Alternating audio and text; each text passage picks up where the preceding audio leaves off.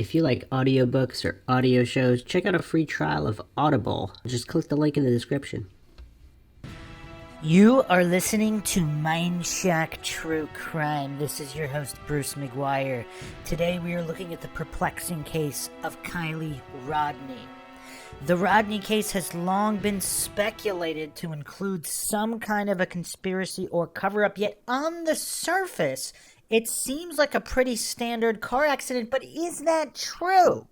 This has been one of the most requested cases on Mindshock for our attention to detail and logical examination of all cases without presuppositions, assumptions, or hallucinations that whatever is reported on the idiot box has to be 100% true and that all law enforcement authorities are somehow completely infallible and incorruptible in any and all cases. Really bizarre, but there's a lot of authority-worshipping cultist coincidence bootlickers out there, which makes it necessary for logical, objective, and neutral examination instead of biased hallucinations.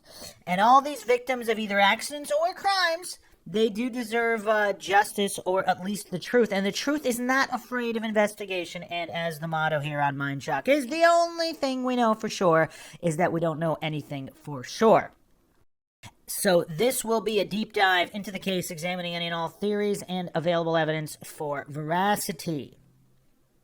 How many so-called accidental deaths, what percentage of those are not really accidental? Clearly it's not zero. I mean, even the most gullible of goof coincidence theorists must, unless they're completely brain dead, must admit that not 100% of all accidental deaths ever ruled are truly accidental, because this isn't rocket science. If someone is harmed and that needs to be, and the criminal wants to cover it up, one of the go-tos is accidental death. I mean, we have suicide, accidental death, or framing other people. I mean, these are standard cover-ups, not rocket science. Now, that doesn't mean it happened here in this case, but how would we ever know that without proper, logical, objective investigation? As always, if you want to help support the Mindshock podcast and keep logic and reason from going completely extinct, which it looks to be doing in the modern world, you can donate to our PayPal. Just check the link in the description. You can also become a YouTube member right here on YouTube for access to exclusive streams and chats. Help support the channel that way. Make sure you subscribe to the channel. Hit that bell for notifications. If you're not getting them, just make sure to like and comment on more videos. That's how the YouTube algorithm works. And like and share Twitter, Facebook, Reddit, Patreon. Patrons do get priority for case topic, logical analysis, co-podcast requests. You can also be a guest in the podcast depending on your tier. Questions, comments, theories, thoughts, suggestions, rebuttals, debunkings of any kind, leave them in the comments section.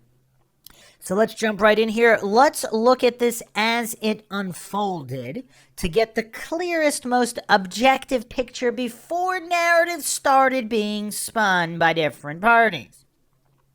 This is independent.co.uk, Monday, August 22nd, 2022.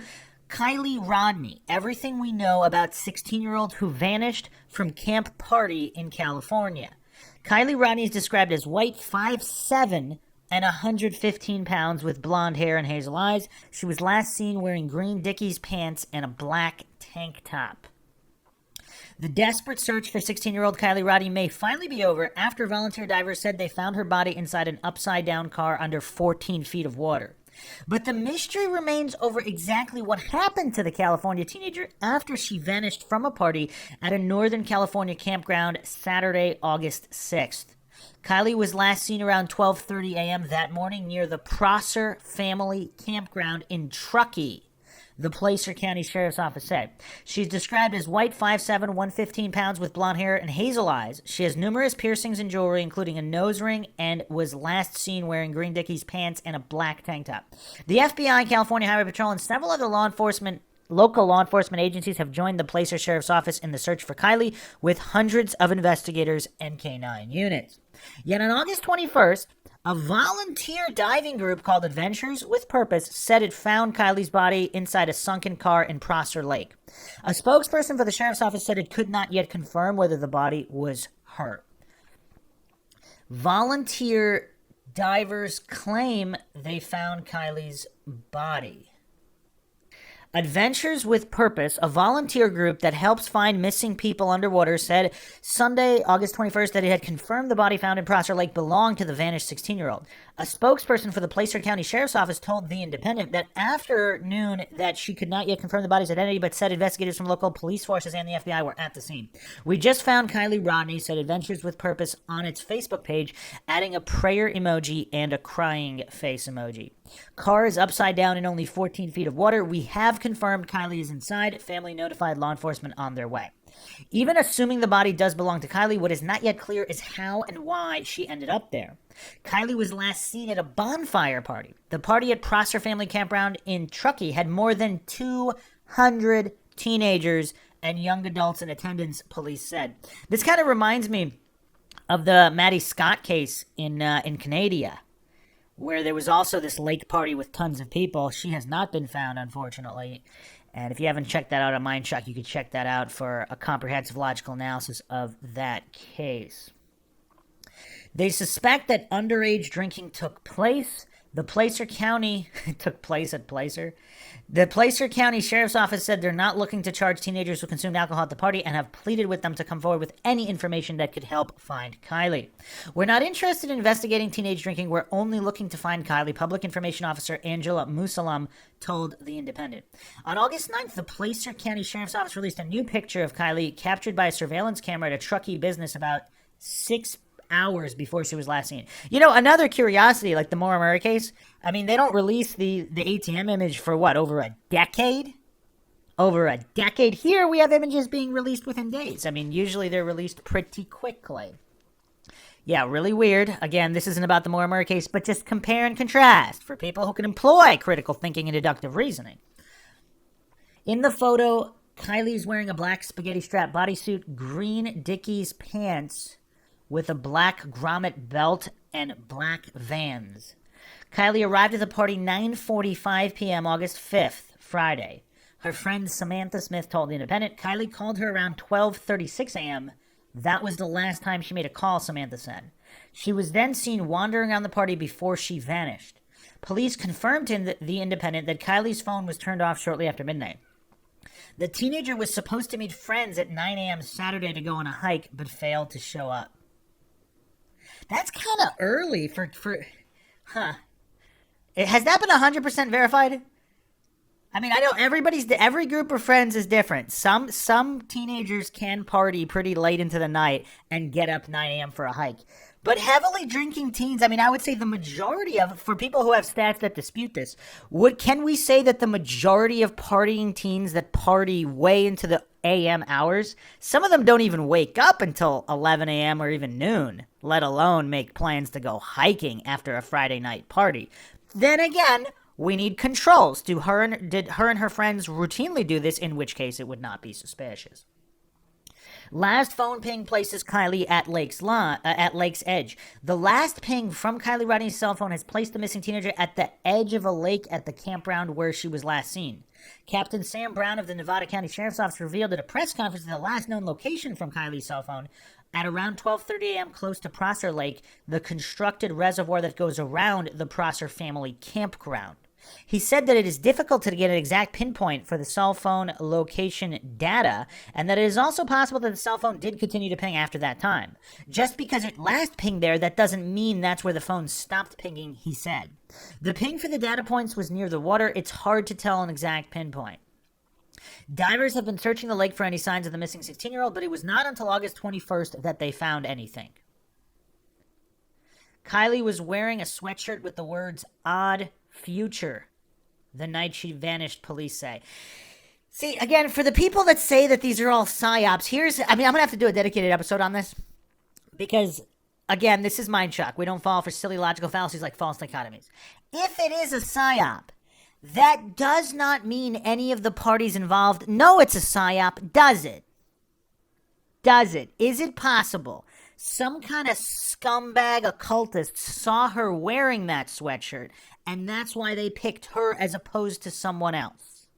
And that could also be true even if there is no psyop conspiracy, just some random scumbag thought it might be funny to harm someone who's wearing that sweatshirt.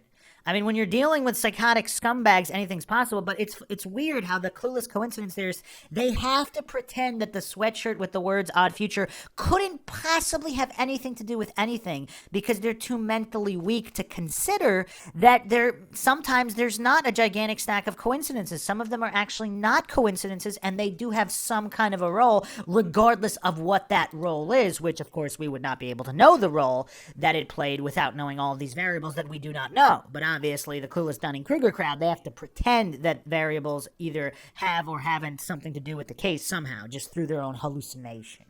Obviously, Mindshock is for logic. We don't do that here.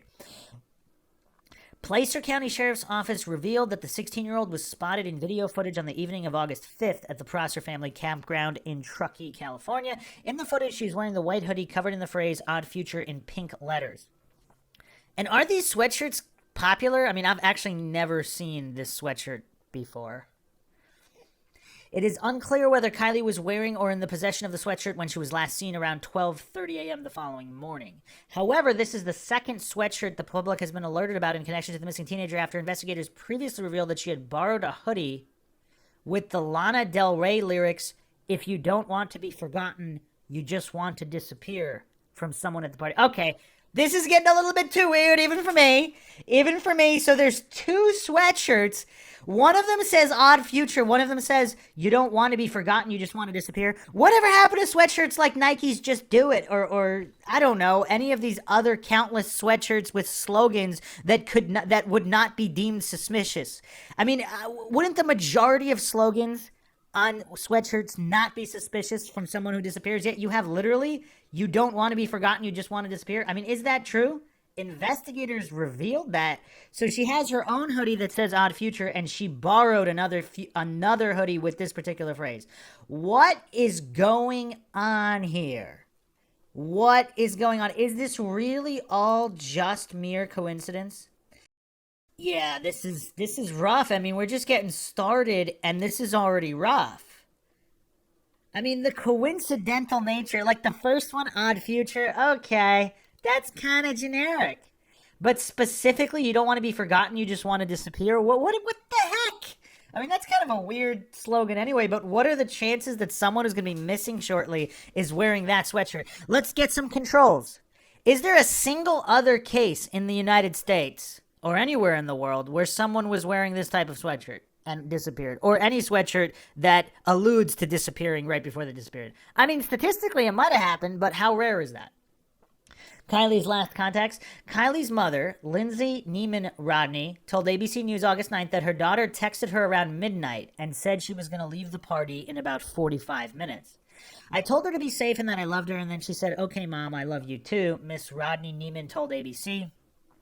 She never came home." Samantha said her last contact with Kiely was at 12:36 a.m., about 20 minutes after the time she told her mom she would be on her way home. Kiely's boyfriend, Jagger Westfall, what an interesting name, said he'd been texting with Kiely before she went to the party and told her, "Be safe, don't do anything stupid." So he didn't tell her not to do anything stupid. He told her, don't do anything stupid. Jagger also confided in Kiely about his day, receiving a final message from her at around 10:30 p.m. where she empathized with what he had gone through. What did he go through? Then at 10:30, she responded to what I was saying and just said, "Oh, I'm sorry that you're going through that," and that was the last time I heard from her. How common is it for a 16... Yeah, this is kind of weird. I mean, call me crazy and old-fashioned, but 16-year-olds going to massive drinking parties with... I mean, that alone is a little weird. With the boyfriend would probably be slightly less weird, or with a certain trusted group of friends, but I mean, we'll get to that later. Lindsay Rodney Neiman spoke to The Independent earlier this month as the search for her missing 16-year-old daughter entered its fifth day, and investigators are no closer to getting answers as to her whereabouts. She said that Kiely had planned to go to a car show in Reno with her mother on Friday night, but texted her during the day to say that she was going to a party at the Prosser Family Campground instead. There was this classic car show in Reno. She's so dynamic. She loves everything from playing the violin to car shows, and so she was maybe going to see some drag races with us there, she said. The mother and daughter talked about the plan on Friday morning, the last time they saw each other. Later that day, Kiely then texted saying she was going to party instead of going to the car show. She'd been to the car show already, and there was this party in Prosser, her mother said. Police believe Kiely could have been wearing jewelry when she vanished. California police also released pictures of Kiely Rodni's jewelry. We're told she always wears this type of jewelry.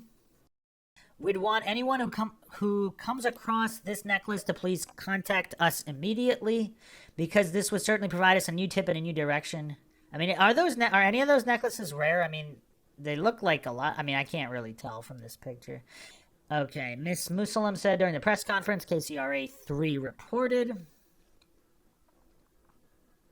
Or I guess maybe wearing all 3 of the necklaces. I suppose that would be a little bit less popular to wear all 3 of those exact types. I mean, I don't know. She was in no state to drive. Kiely's friend Samantha, who was also at the party, said that Kiely was not planning to drive back home. Right now, we believe this is an abduction case because she was in no state to drive and she wouldn't have made it far or would have crashed. She told, I mean, that's very specific. She told Independent earlier this month. I mean, what is there to make of that phrasing? Wait, what? Kiely's friend Samantha is stating right now we believe that is an abduction case? She wouldn't have made it far or would have crashed. I mean, is that typical to add? I mean, I can't recall, maybe, like, they wouldn't make it far or it wasn't safe to drive. She's specifically talking about a crash? I don't know. Police ask for the public's help. Kiely's disappearance is being investigated by authorities as a possible abduction case because her car went missing along with the teenager. She was driving a silver 2013 Honda CR-V. Her phone has also been out of service since the party. We're treating this as an abduction case because we cannot locate her vehicle, and that's the only reason why, Placer Sheriff's Office Public Information Officer Angela Musalam told The Independent. That's kind of a weird, too. I mean, this is an underage, this is a minor. This is someone under 18 who went missing, and the police are explicitly stating, like, she vanished for days, and the only reason they're treating it as an abduction is because her car hasn't been found? There's a lot of weird there just seems to be a lot of weird statements here. I mean, we're just getting started, but this is kind of jumping out at me as weird. Why are they publicly announcing that the only reason because they can't locate her vehicle? So if they found her vehicle, either abandoned or not, they wouldn't be treating it as an abduction case? Doesn't make any sense. As a minor gone for days with no contact? I mean, this is crazy. Authorities offered an update on the search at a press conference on August 10th, sharing dismay at the lack of progress. We do not have any new leads, and I can tell you this is very frustrating for us, Josh Barnhart of the Placer County Sheriff's Office said. Appealing for anyone to come forward with any form of info, Nevada County Sheriff's Office Captain Sam Brown said, "We believe that someone knows. Someone saw her, but they're not coming forward." Also an interesting statement, particularly in hindsight. Police have also made a big push to locate video evidence that would suggest more about what happened. Investigators are already in possession of clips from businesses, surveillance cameras, and Ring home security systems. Over 1,200 tips have been received from the public.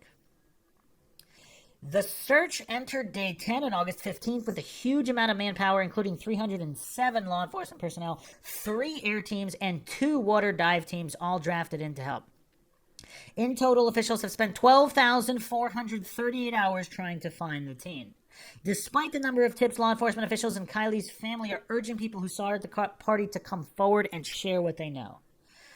Kiely's mother, Lindsay Rodni, appealed to the public to come forward in a video shared at the Placer County Sheriff's Office Facebook post. "We just want her home. We are so scared. We miss her so much and love her so much. If you see this, please just come home. I want nothing more than to hug you," Miss Rodney said. "If you know where she is or anything about where she might be, please come forward. We're not looking to arrest anybody or get anybody in trouble. We just want to see our daughter home." Police are offering a $50,000 reward for information that leads to finding Kiely. Friends of the teenager have also started a GoFundMe to increase the reward. More than $60,000 has been raised as of August 21st.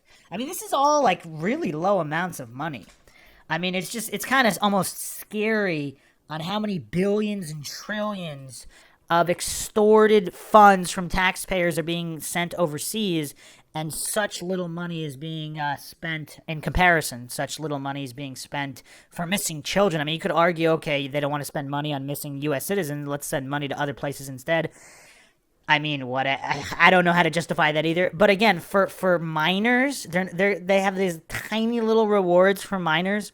I mean, these rewards should be at least double, quadruple, even, I mean, again, if there was no foreign aid sent anywhere, I mean, 10x. I mean, foreign aid in terms of, helping the starving and such, that's a little different. But any other type of foreign aid that's not specifically going to life-saving, I mean, how do you justify that over trying to find missing children? I mean, it's absolutely insane. The podcast is not about that. But, yeah, I mean, the attitude early on, I mean, it is curious. It is definitely curious.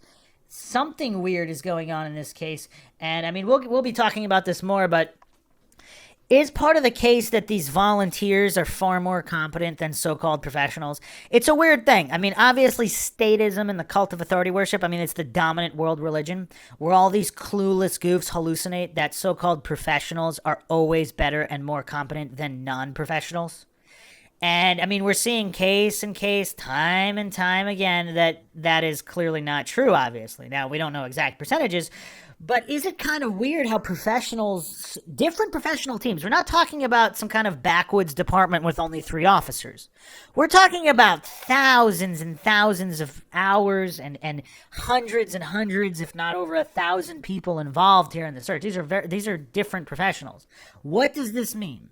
Does this mean that authorities, if there's some kind of a link to a conspiracy involving authorities, or even authorities weren't responsible, but for some other reason they didn't want this solved, so they thought it would never be solved and she would never be found. They didn't count on volunteers actually getting stuff done.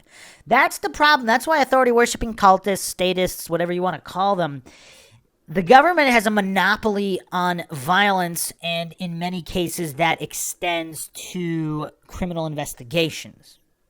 I mean, they could literally charge people like a PI. Okay, you have a PI's license. That's another hurdle. But even PIs can be charged with obstruction of justice if they're interfering with a police investigation. But if you're not a PI with no license, I mean, unless it's the Maura Murray case and you're the former professor and mentor of the ex-boyfriend of the girl from a DUI walkaway. If you're the wife of that professor, you can go around and interrogate all the neighbors all you want for a DUI walkaway. That's not obstruction. But in every other case, when you're trying to find out what happened, in general, unless you work for the monopoly, unless you work for the mercenary, unless you're a mercenary for the state working under this monopoly, you can't exactly conduct your own investigation.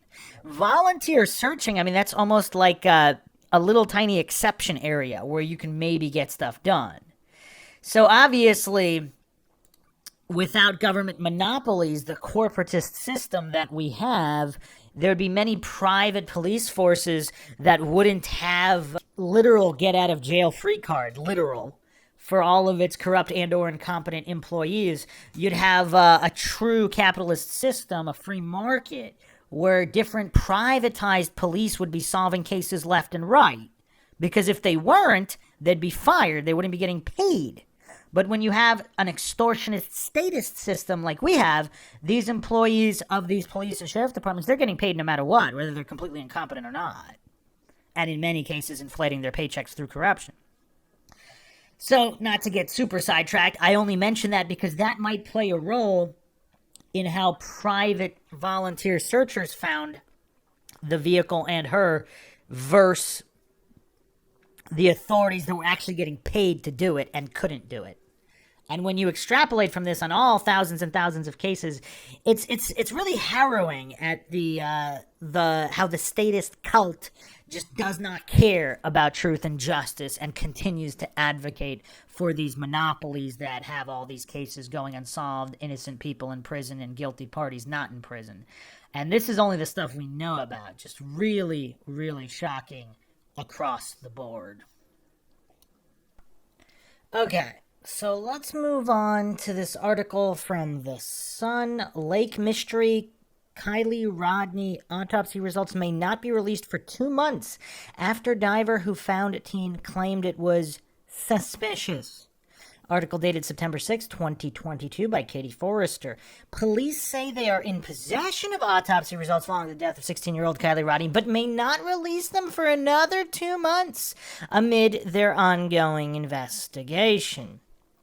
The U.S. Sun officially requested the cause of death from the Nevada County Sheriff's Office after Kiely's body was found in the back of her submerged car in Prosser Creek Reservoir last month. The teen disappeared around 12:30 a.m. August 6 near the Prosser Family Campground in Truckee, California, following a wild party attended by around 300 young people. So the number of people moved from 200 to 300. Interesting. Authorities, including Placer County Sheriff's Office and the FBI, put in thousands of man-hours searching for Kiely, but couldn't locate her until volunteer divers traveled to the area to help. Her family is eagerly awaiting the results of her autopsy and toxicology tests, but it could be months before they are released as divers speculate whether her death was an accident or not. The six-man team from Oregon speculated whether or not foul play was involved during the footage released this month, which is titled How We Found Kiely Rodni, Murder or Accident. She's in the back of the vehicle. Diver Nick Rinn can be heard saying in an emotional video after the team used sonar tech to locate her car underwater. She's not in the driver's seat. It looks suspicious to me. The vehicle's upside down. Some of the one window is halfway down. One window is all the way down. Many who have followed the case have suspected someone else may have been involved, but police are yet to confirm they have spoken to anyone else they feel could be connected. In a statement, police told the U.S. Sun the Nevada County Sheriff's Office does have possession of records responsive to your request.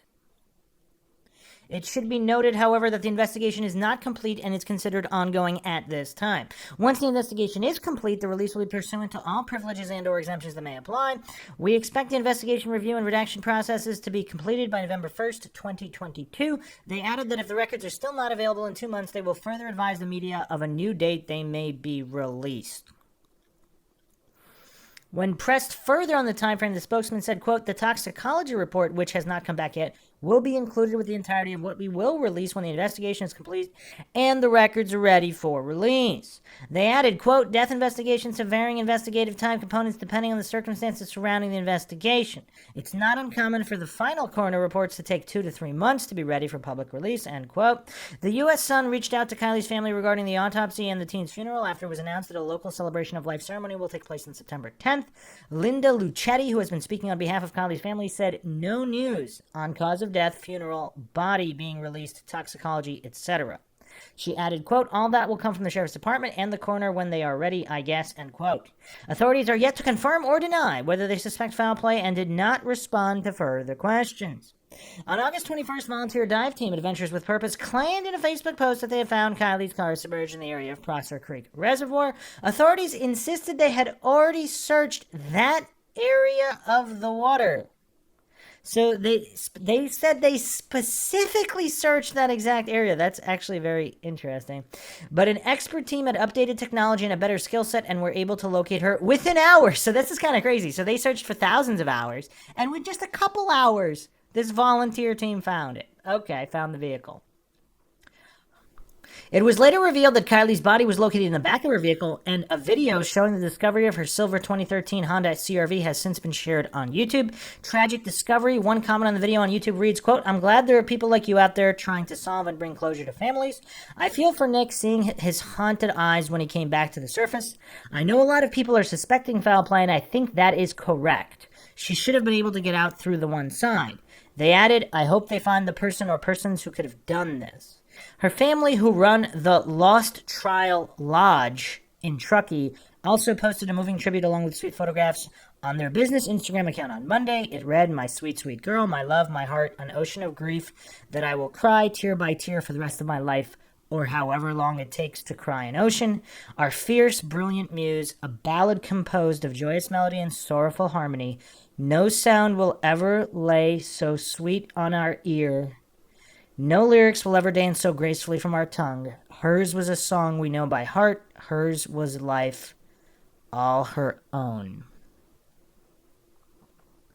Our very best memories, silly games and passionate arguments, tears and laughter, mistakes and honor. She will not fade away. For her brother, mother, 2 fathers, grandparents, aunties, uncles, cousins, and dear friends will continue singing her song to each dawning day. The grieving family signed off. Good night, dear child. Sleep well. So next we will go to KCRA 3, Kiely Rodni's death ruled accidental, by Greta Sarin, October 13, 2022. The 16-year-old from Truckee went missing in August. Her body was found in the Prosser Creek Reservoir in Truckee. Authorities have ruled that the death of Kiely Rodni as accidental, and there was not any evidence suggesting there was foul play. The 2-week-long search for Rodni sparked national coverage and ended in August after her body was found along with her car at Prosser Creek Reservoir in Truckee.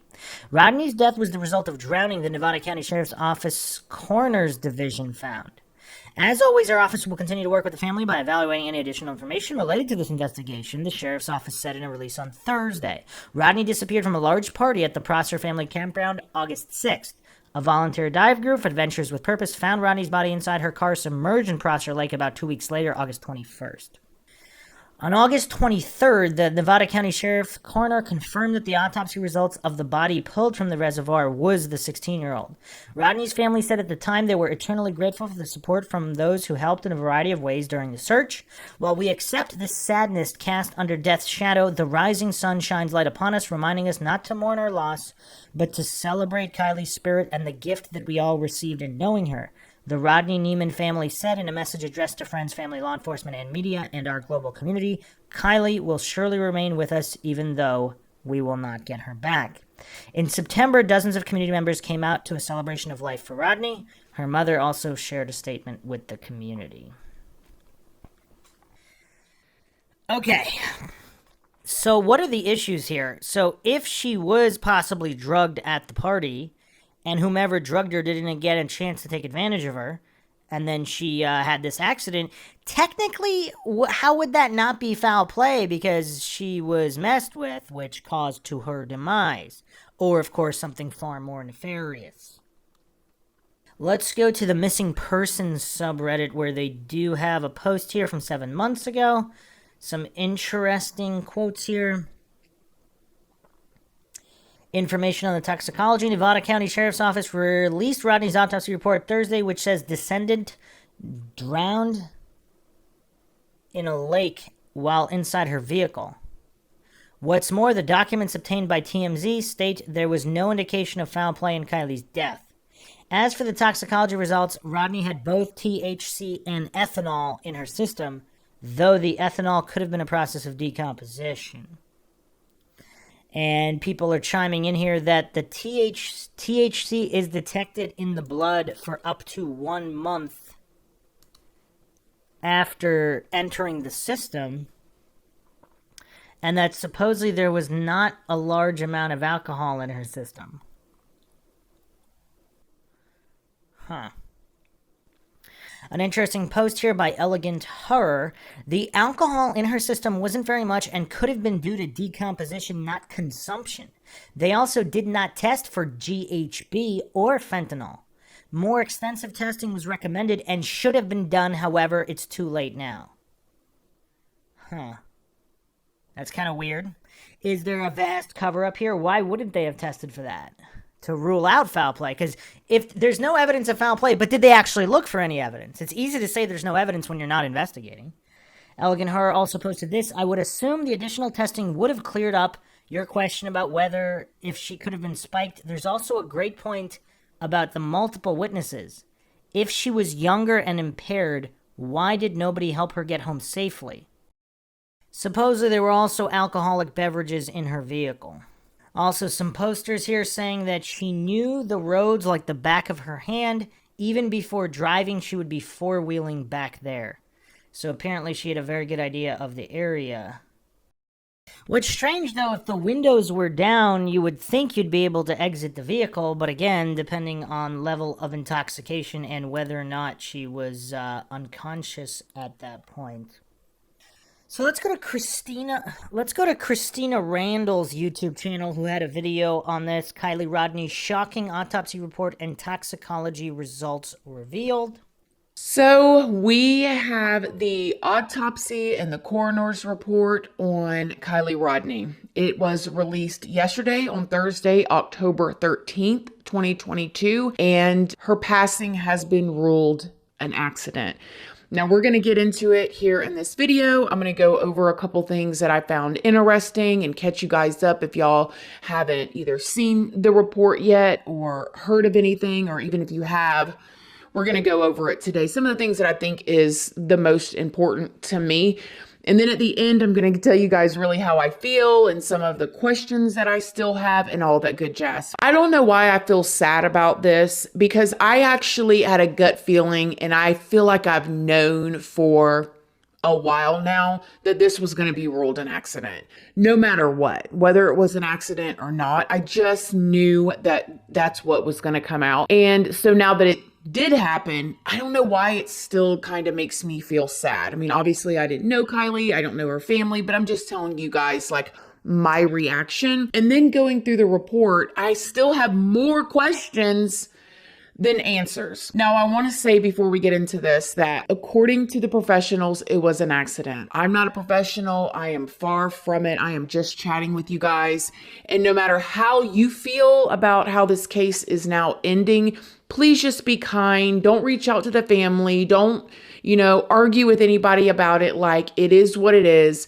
We have watched this kind of thing happen with other cases before, and the sting is still there even after it's over with all of them. And just because I had other thoughts doesn't mean I was right. Still doesn't mean I was right. I could, even the feeling that I have, the pit in my stomach I have about this does not mean I'm right. I'm just an outsider looking in. So keep that in mind too. Now, the first thing about the report is it was deemed an accidental drowning. And we're going to get more into that later. So just stay with me and remember that I told you that. Something else that I found was interesting about this report is that she was indeed fully dressed. There was a ton of rumors going around on the internet that she was not dressed, that her bodysuit was found. And I do believe that the woman that called the cops to say that she saw this bodysuit or whatever, I do believe that her intentions were good. And maybe that's why the cops never came, because they knew that she was fully dressed. But nevertheless, Kiely Rodni was fully dressed. She had on, her bodysuit and her pants, and she was missing one shoe, but she was fully dressed. Another thing that I found was interesting is in the report, it said that there was no injuries to her head or really her body. So that kind of eliminates the notion or the thought that she was in a fight there. I know that there was a ton of rumors that she had possibly gotten into a fight there with maybe some of the girls that we've seen, or even some of the people there at the party, because some of the kids that were at the party did say that they were having friendly fights. And I know a lot of y'all don't understand that. I do. We did that in our neighborhoods. So there were people that were thinking that maybe Kiely got jumped or beat up. But according to this report, she didn't. Well, how does that prove somebody wasn't in a fight? Not all fights result in hard attacks or injuries. There could be pushing, shoving, yelling. Even a slap wouldn't necessarily result in invisible marks or actual injury, depending on the nature of the slap and how much, so I don't know how much that means, but let's continue here. Something else that we already knew, but is just annoying to see on paper, was that the car had been flipped underwater and then pulled out on the wheels when other professionals or people that do this on a regular basis say that the best thing to do would be, to close up all the windows, put plastic over them or whatever to keep them protected. That way, when you pull the vehicle out, nothing comes out of them. And then also we heard AWP say that they never flipped the vehicles over to pull them out, but nevertheless, they flipped the vehicle over in the water, and we all know a lot of the stuff came flying out the windows. Now, in the toxicology report, which I thought that they were not going to release this, I'm really glad that they did. And I do wonder why this was all released, because there was a lot of chatter about the family not wanting it released and Kiely being a minor, or maybe it was just released regardless and they don't have a choice. I don't know. Y'all let me know down below why y'all think it was released. Well, again, if there is some kind of cover-up or conspiracy involving law enforcement, if the toxicology report had been doctored and not legitimate, then they would release it to try to shut down any avenues or theories that don't match the so-called official narrative. But the toxicology report showed that she was positive for nicotine, caffeine, and Delta-9 THC, which is basically weed, marijuana. In addition, tissue samples showed that she had ethanol in her system, which can be translated to alcohol. Now, the number that they showed in the toxicology report could translate to a blood alcohol level of a 0.08 or 0.088 or something like that. Here in the United States, the legal alcohol limit to drive is 0.08. So this right here is something that is confusing me. And mind you guys go do your own research, form your own opinion. I ain't no specialist or anything, okay? This is just from my research. Well, also, let's keep in mind, if that number is even legitimate, how much would decomposition, breakdown add to that number? So was she actually below that? And then that's what it ended up being days, with a number of days of decomposition. And we all know how I am, okay? When the body breaks down, it produces a chemical that can kind of show as ethanol. So that would tell us, the way that I'm understanding it, is that she was not drunk. If she was in that water for 2 weeks and her blood alcohol level after being pulled out was just at the legal limit with what the body does and produces that substance, she wasn't drunk. Now, she may have been high out of her mind. And that would bring me back, if this is all accurate, that would bring me back to one of the friends doing the interview with the news reporters and saying that there were other kids there that were kind of like pressuring her and maybe other people there to do these like bong hits where they were just like smoking a lot, smoking a lot, smoking a lot. But it does not look like she was drunk at all. I did watch a video that a woman did driving on those roads, and they do look kind of hard to see in the dark. I know AWP said that there was a huge difference, and maybe for somebody like AWP or somebody like Kiely who lives in that area, they know the roads really well. But it looks like they really need some street lights out there. If you can drive into the water that easy and it is pitch black dark out there, you guys. I mean, you can only see as far as your headlights will shine in front of you. So a lot of country areas are like that. So what we need is some controls here. Like, how many other cars have actually driven off the road and into the lake? Like, is that a common thing? Because if it's a common thing, then that does drastically lower the probabilities that it was foul play, although obviously does not remove them in any way, because if it is foul play, if that happens that often, then a perpetrator might want to stage it as such to not look suspicious. But if that happened, once per decade, I mean, it seems, again, if we take those toxicology reports, I mean, I don't know. Let's continue here. And those roads are so rocky, but it just doesn't make sense. All right, let's get through this. And so I can tell y'all my opinion. Spoiler alert. Now, when it came to the lungs, and this is the part that has me and a lot of people confused, one of the parts. It does not say that she had water in the lungs, but this has been ruled an accidental drowning. Now, I did read something online that says if they can't come up with any other conclusion, then they just go, then that makes the most sense. But why wasn't there water in her lungs? Wouldn't she have gasped for that last breath? Unless I'm reading it wrong, you guys let me know down below. But the lungs part of her autopsy had one of the least amount of details in it.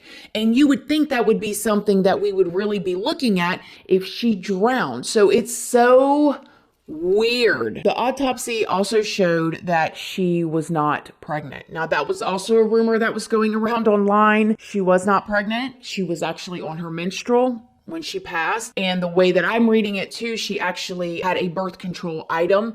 So she definitely was not pregnant. Now, getting into some of the questions that I have, and if y'all think that I left anything out that was super important to talk about, let me know down below. But let me get into some of these questions.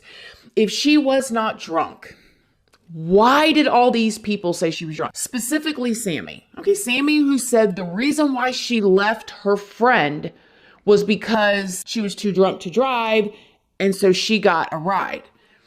That doesn't make any sense. Now, I do want to say with Sammy, I don't necessarily know if she had anything foul to do with this. She could just be a person that was trying to put herself in the spotlight and make herself known. And so she was just saying all of these things and coming up with these stories in order to, I don't want to say who I compare her to, but she really reminds me of somebody else that we've talked about in the past. I don't know her, but I'm just like the way that she carried herself in this situation. But she said she was supposed to ride home with her, but that she was too drunk.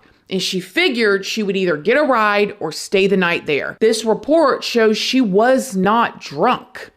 She wasn't. I mean, the body naturally produces that ethanol when it's decomposing. Even if she did have alcohol in her system, when you add on that ethanol and it just barely went over the legal limit to even drive, she wasn't drunk. Well, again, also, if she had a spiked drink or whatever, or, in any way, that could also account for disorientation. And even if she did, that doesn't mean she perished of her own volition. Yeah, the water in the lungs is very, very curious. I mean, how many see, this is why you need independent testing, because if there was funny business with the sheriff's department, I mean, they really need to have multiple independent labs not associated with law enforcement doing all these tests, because then there wouldn't be these questions. Which is crazy when you think about it. Because all of us had thought, well, if she did drive in there, she was probably drunk. She wasn't drunk. And this is why I say I have more questions than answers at this point. Like, how could they deem this a drowning with no water in the lungs? How could people say that she got drunk and drove when she didn't have a drunk amount of alcohol in her system? I wasn't there though. I don't know. She could have very well just drove in that water all by herself. That's what that video shows. The last video that we did, it shows a car driving into the water at the exact same time. There are people online, including one of my friends, who believes that that video is not real. But then there's a lot of people that do believe that it is real.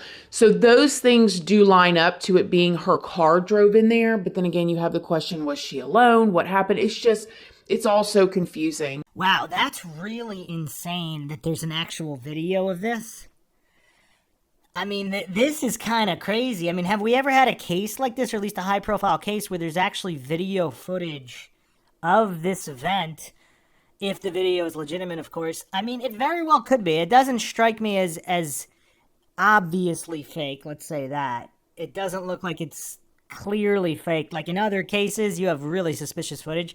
This footage looks like it very well could be real. Then again, I mean, we're in the 2020s now, so technology for faking videos obviously is a lot greater than it would have been decades ago. But yeah, I mean, this is weird, but yeah, that's really, really crazy that if the video is legitimate and the police actually did so, because how incompetent are the police really, though? I mean, yeah, it's hard to believe that they really missed it. On the other hand, if the video is legitimate and the timestamp is legitimate, it would point to, because, okay, even if it was staged, obviously if it was staged, the vehicle would still have to get into the lake somehow, right? Whether it was someone who did that after she passed, but I mean, yeah, from the video, it looks like, I mean, it's kind of hard to see, obviously. I mean, in movies, you have people putting a brick or like some kind of stick on the gas pedal, jumping out of the vehicle and having it run into wherever when they're staging a body with a vehicle in it. Is that what happened here? I mean, it's very difficult to tell anything from that video anyway. And I think that the lack of trust in the investigators there is what makes this even worse. So there it is, you guys. It was deemed and ruled an accidental drowning. Sad. At the end of the day, though, I do hope that her soul is in heaven. I hope that she is at peace. And I hope that anybody that cares about her is able to move on as well. But unless there's something groundbreaking on this case after this, I guess that will be it for the Kiely Rodni case, and we'll be on to the next one. I love you guys. So here's Christina Randall's commentary on the video.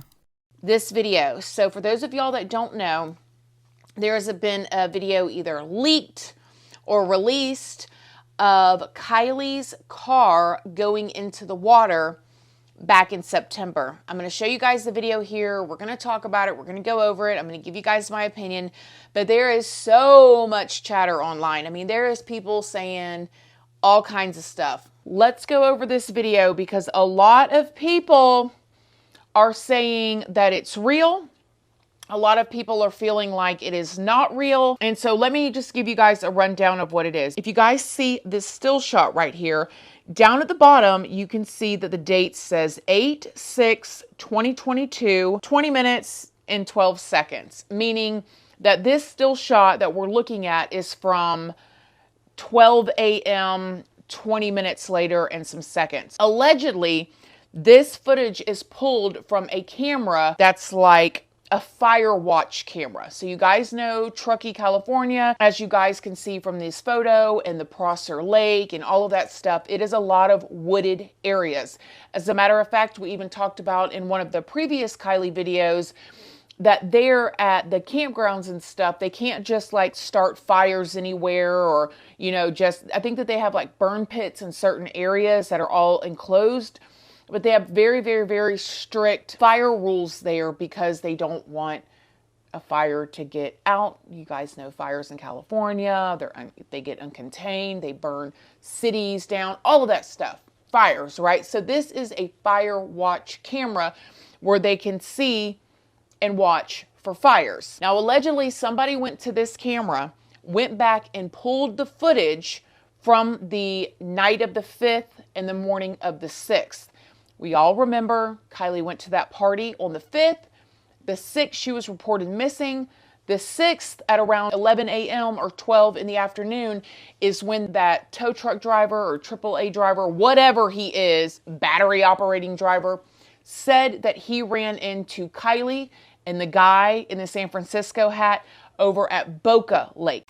And we're going to actually get into that right after this. I just wanted to analyze this video first. Right? So somebody released this footage. If this footage is real, again, the cops didn't release it, which the investigators on this case, but no professionals has released this footage. So we're going to talk about it at first like it's real and go from there. It shows a car, or what looks like car headlights, drive into the lake at around the same exact time, I think at 12:32 or 12:34 a.m. And it shows it drive straight into the lake, like no brakes, no nothing, which to me is super strange. And then it shows the light dim, like as in a car is sinking in the water. Let's watch it real quick.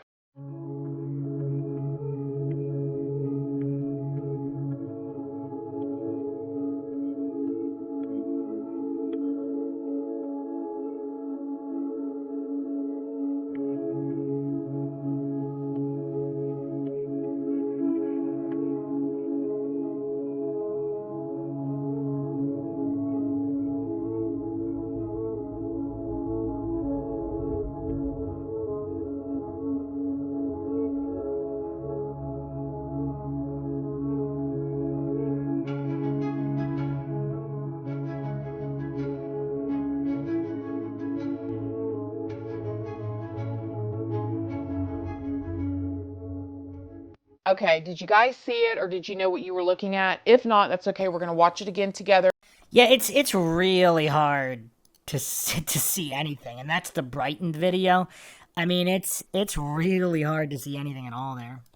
And I'm going to put like a little arrow on it so you can make sure to see what people are saying is the car. Now, if this is truly a fire watch camera, and if this has not been edited in any way, this is exactly what it looks like. It's the exact spot where her car was found. It looks like she may have taken a wrong turn if she was driving, if this is real, and drove straight into the lake. What I find strange about it, though, which everything's strange, the number one most strangest thing to me right now is the fact that nobody's found her phone, okay? Like, where is her phone at? That's a good point. Then again, I mean, if she was intoxicated or under the influence, she could have dropped her phone anywhere, but I mean, how far from, I mean, with all the searches and everything, how far would it... Yeah, it's tough. I mean, not necessarily. I mean, maybe she dropped it. Or, again, if this was all staged, she was killed and then someone else drove her vehicle into the lake with her in it and then jumped out. Yeah, this is really tough. Her phone allegedly pinged at that exact spot, which would make sense. But also, Sammy said that she talked to her at, I believe, 12:36 a.m. This car sunk before then. So how did Sammy talk to her? Unless Sammy just got her time mixed up, which I don't know how she would, because all you got to do is literally look at your phone and give an exact time. You would, again, I don't know how thorough the investigation in this case was, supposedly not very at all. So did they rely on her to say what time, or did they actually, did authorities actually check the phone and corroborate it with the cell phone company? So that's bizarre. But where is Kiely's phone? Now, if this is real, now I think one of two things. Either one, she did drive into that lake, which would have to make me believe that she really was more inebriated than what Sammy and them said. I mean, the other girl that did the interview said that that Kiely was so drunk she could not walk, which, why would anybody let her get in a car? Why would she even get in a car if she's so drunk that she can't walk? But if it is her driving this vehicle, or if this video is real, it's very sad to think about. It's sad to think that she just drove. But there's, it's just like AWP said, because they have been out there.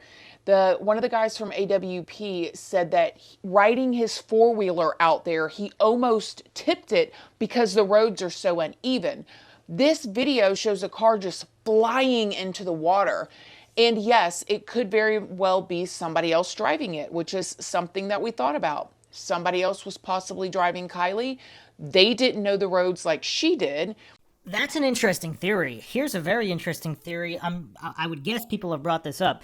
If she was with someone else was driving and did drive it into the lake, panicked, got out of the vehicle, maybe they're partially drunk as well, or not, whatever, or just panicked, or if they drugged her and were taking her somewhere for some other purposes, and that's why they're going so fast, because they want to get away from then again, it doesn't look like anybody else. I don't know how many people are around there. I mean, it's not that far from the party, but whatever. If they're, for whatever reason, trying to get out of there really fast and maybe are not that familiar with the area, in trying to take her somewhere else, they drive into the lake, panic. The last thing on their mind is rescuing her, and they just get out of there themselves, and obviously they would never report that. I don't know. Is that a possibility?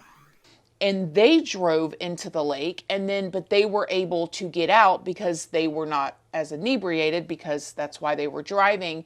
But Kiely wasn't able to get out because she was super drunk. That is very possible. But it is possible she drove herself in the lake. And I know that that is something that a lot of people don't want to hear.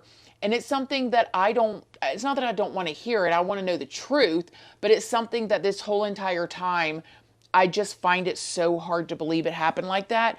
But that doesn't mean it didn't happen like that. But just because the investigators have been incompetent, and just because so many things have been missed, and just because so many things still don't make sense, and just because we don't know what the cause of death was, even though her body has already been cremated at this point. A lot of y'all were saying, oh, the reason why we're not getting an autopsy report or the cause of death until November is because they're still working on the body.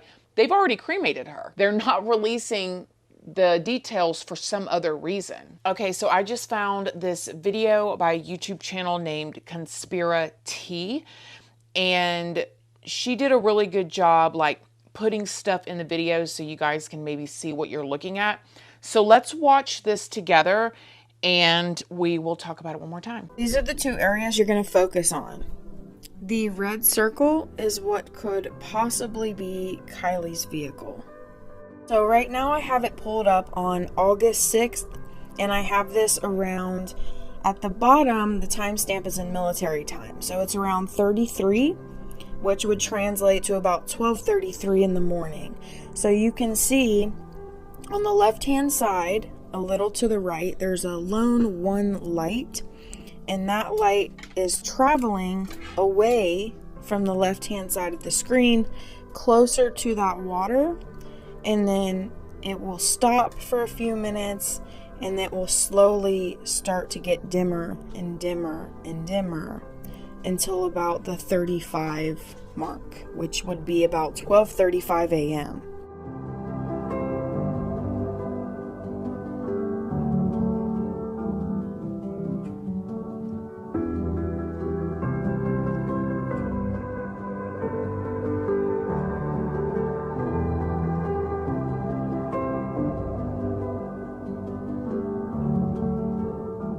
So if that video is accurate, the headlights go completely dark right before 12:35, which seems about right. I mean, there's a lot of people, and you guys let me know down below what y'all think. There's a lot of people that think that this video has been fabricated, that it's not real.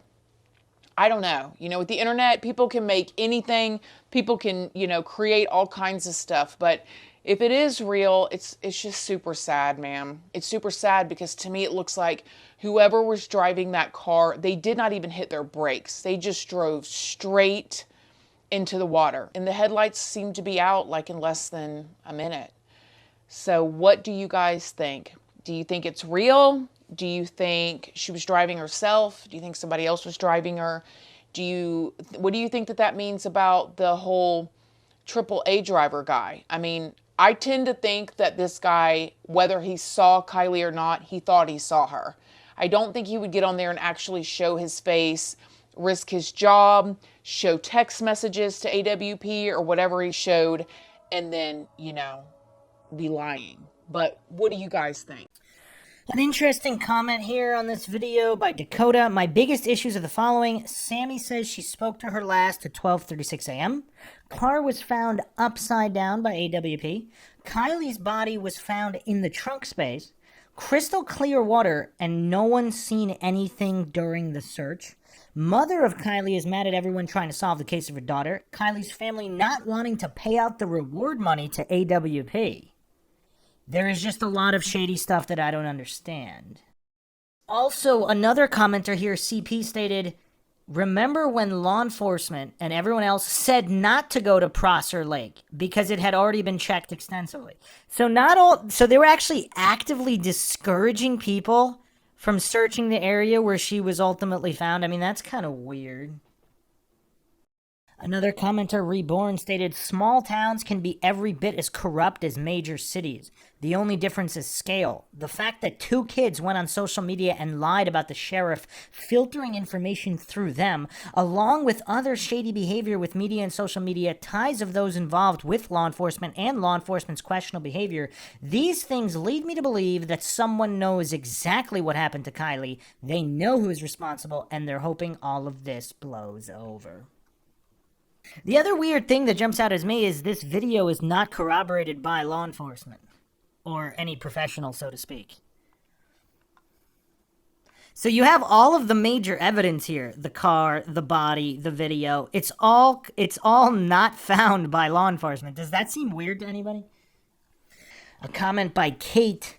What doesn't make sense to me is not a single person at the party saw her stumble off to go home. Not one person, question mark. All the talk in the beginning is abduction and trafficking, and nobody had a clue where she went. She left on her own to drive away. Someone would know, and there would be no mystery. Someone would have said, yeah, I saw her drive off. Jacqueline posted, wondering if her drink got spiked, she started feeling weird and got scared and tried to go home. Everyone around this case just acts so suspiciously, it's hard to not question everything. Wims responded, yes, I find the friends that did the interviews to be so suspicious, it's hard not to make the link between Sammy's family being in law enforcement and the police ignoring evidence in this case. It's too fishy, and Sammy makes me really suspicious. MV posted, Sammy said in her interview that she drank out the same drinks. We shared the same drinks that night. Sure, her interview could have been her being nervous. Sure, she's only 18. She says purportedly her parents are lawyers. She never shed one tear. She smiles and gets all excited when attention is on her. I'm here in California, 1 hour from Truckee. Sammy is Amber Heard 2.0. That's all I'm going to say. We all are just praying that she's okay and that she knows that everybody is looking for her. So this one says a $10,000 reward. I'll show it to you a little bit more clear. Her friend Sammy Smith is the last person to talk to her at a senior farewell party at Prosser Reservoir Campground. We were both at the party together. We were going around together. We were like a little pair. Everybody kind of saw us together. We would split off for moments. Photos show Rodni in a graduation dress. She had recently graduated early from Forest Charter School. Rodni's mother released this tearful plea through the Prosser County Sheriff's Office. If you know anything about where she might be, if you have any ideas or thoughts, please come forward and share them. I have the last call to her, and I was the last person pretty much who knows what was happening. Smith got a ride home from the party at the end of the night. She says Rodni was planning to spend the night at the campground. I know that she was not in the right mindset or state to drive, and if she were to have driven, she wouldn't have made it far. So my concern is that somebody may have offered to drive her home and then didn't take her home. Last seen celebrating with her fellow seniors. Where is Kiely Rodni now? I hope she knows that we all just love her and we just want her to be safe. That somebody else was involved is my main concern, and I think a lot of the people of Truckee and Tahoe feel the same way, just that there was somebody else involved, because they haven't found a car yet. They've done helicopter searches over Prosser and all of Truckee. Everybody's looking everywhere constantly for her and her car. Sammy Smith says she was the last person to speak with her at the party early Saturday morning. She was having a fun time at a party, just being a teenager. Everything she drank, I drank out of. And there was nothing that seemed off about her. I went up to her and I said, hey, I got another ride home, because she was meant to be my ride home, but I knew she was too intoxicated to get me home. So I said, hey, I found another ride home. I hope you stay safe. I'll see you tomorrow. I love you. Have fun and stuff. I think it's totally possible that somebody could have taken her and maybe offered to drive her home. Totally, yeah. So Kiely is one of my close friends.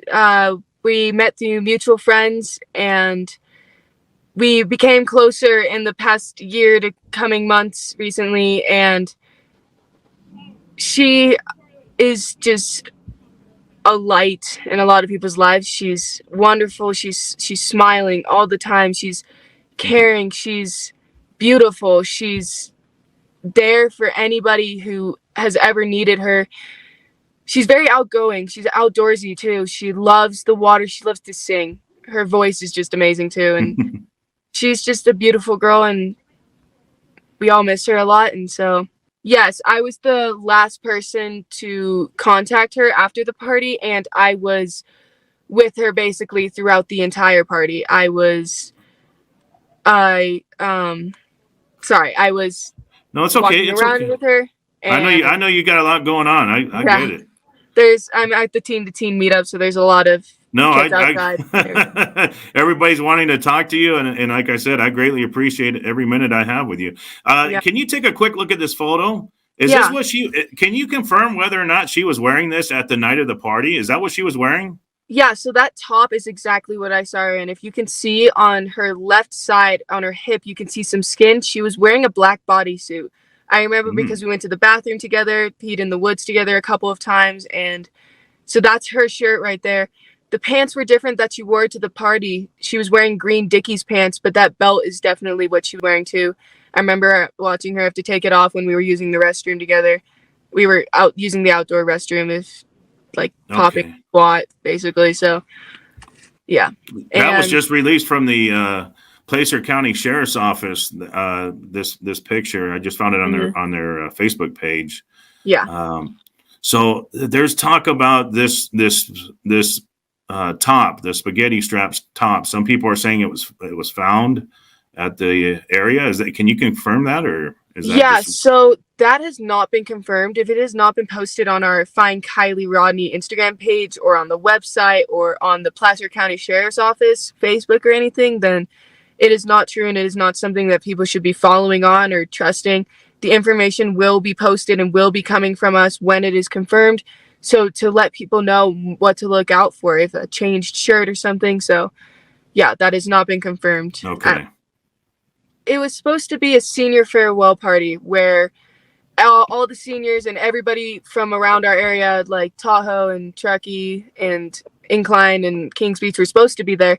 They were invited there because it was supposed to be like saying goodbye to your favorite seniors before everybody starts going off to college, because soon enough here people are going to start leaving and moving out. And so Kylie's a senior, or she graduated early, so she's considered a senior, and I was a senior. So every senior was initially invited to the party. And as well, all grades were invited just so that they could say goodbye. So I had talked with Kiely, and I had known she was going beforehand. We hadn't planned on going together, and we ended up not going together. She came with her best friend Mags Larson. Magdalene, sorry, is her first name. Yeah, that's okay. Yeah, and so she came with her, drove in with her, and then Mags ended up leaving about 10 minutes into the party with her boyfriend Ross, Mags's boyfriend, and told Kiely goodbye and everything. And they were never planning on like leaving together or staying together at the party. They just went to the party together because they were hanging out earlier in the day. And then I saw her the second she got there, and from that moment on, we were pretty much seen together all around the party. We would break off for mere moments from each other to go talk to other people or to go do other things, you know. But we would always come back to each other. We were just going around the party. We were drinking the same drinks, being teenagers, throwing glow sticks into the party, and it started to grow really big. I would say around 10 to 10:30. It just blew up. Like, it started to get to the point where I was getting overwhelmed, and I'm a very social person. I've been to a lot of these parties. I've never been overwhelmed. I've actually been underwhelmed, but at this party it was very large. Like, it was bigger than any party we've had in Truckee all year, and for a lot of years past. There were people from what we think Sacramento, San Francisco. I remember talking to somebody who was from San Francisco, Reno, Folsom, areas that were just way out of reach from it. And it was really overwhelming and weird to see, but I didn't really think much of it. I just thought, oh, kids are around here. They have vacation homes up here. They're just coming to party because why not? So then Kiely and I were going around taking shots and just drinking. We were trading drinks with each other. We were sharing drinks with each other. We would go back to her car to get some alcohol sometimes. And then we went to her car to charge her phone. And we were talking about just random stuff, and then it's kind of hard to remember. And so, or no, we were talking about her texting her mom and her charging her phone and stuff, and just about the party in general. And then we had a few other friends in the car, and then we all decided to go back to the party, and we were around in there for a bit. I had asked her for a ride home when we were in the car because my ride was leaving and I wanted to stay at the party longer. And so then we ended up splitting up in the party because I went to go find another ride when we got back into the party after leaving the car, so that we could sorry, my mind is in a moment. No, that's okay. Noah in the chat wants to ask you, who was fighting at the party? The girl and guy. Look into them. Was there a fight at the party? Yeah, so there were some friendly fights that were going on. There was, like, we had boxing gloves. People were, like, trying to instigate. It wasn't anybody who had really any drama or they weren't enemies or anything. It was more just friendly fights to keep entertainment going. This happens at a lot of our parties. We just do it to have fun. If somebody gets hurt, like, we have people on them, but so it wasn't like a fight out of anger. It was just kind of a just a fun competition type of fighting. Yeah, just see who wins and who goes home with the title, which I will randomly admit people do end up getting in fights over who won, but not this time. Daniel Taylor wants to ask you, did Kiely have her boyfriend or an ex-boyfriend with her at the party? No, there was no ex-boyfriend there. Her ex-boyfriend lived in Napa. He was in Napa at the time, and I think he lives in Napa. And he actually drove up the next day, the second he heard that she was missing. He's very close with her family and her. There was no anything. And she does not currently have a boyfriend. She was rocking the single life, like we used to say. She just wanted to be open and single and just have fun as a kid. I get it. She's only 16. She's just a baby. I just... To be fully honest, I was inebriated at the time, so I wasn't I get fully attentive of who exactly was around us. When we were going around together, we were just in a lot of different huge groups of people we had never met, because her and I are similar in the sense that we're both very social. We'll talk to anybody we meet. Right. We love meeting people, and so that's what we were doing and everything. Can you tell us about her cell phone? Is there anything specific you can tell us? Go ahead. So it has we're having trouble remembering what color. Like, my cell phone is a green phone, but I have an orange case on it. But we do know that her phone has a black case on it with a sticker on the very middle back that says sex wax on it. And it's an iPhone, not the Samsung that was found. It's an iPhone. So it's an iPhone. I forget which generation and which like number, but I can post about that or something, or get in contact with you. Okay. Real quickly, Laura Truan wants to ask you, what about pictures and social media posts? There has to be evidence this party went down. I'm sure there's people taking photos or TikToks. I'm sure there's got to be a TikTok video of the fight or something, right? There's got to be something out there. Yeah. So there's hundreds of videos. We have videos of people taking videos.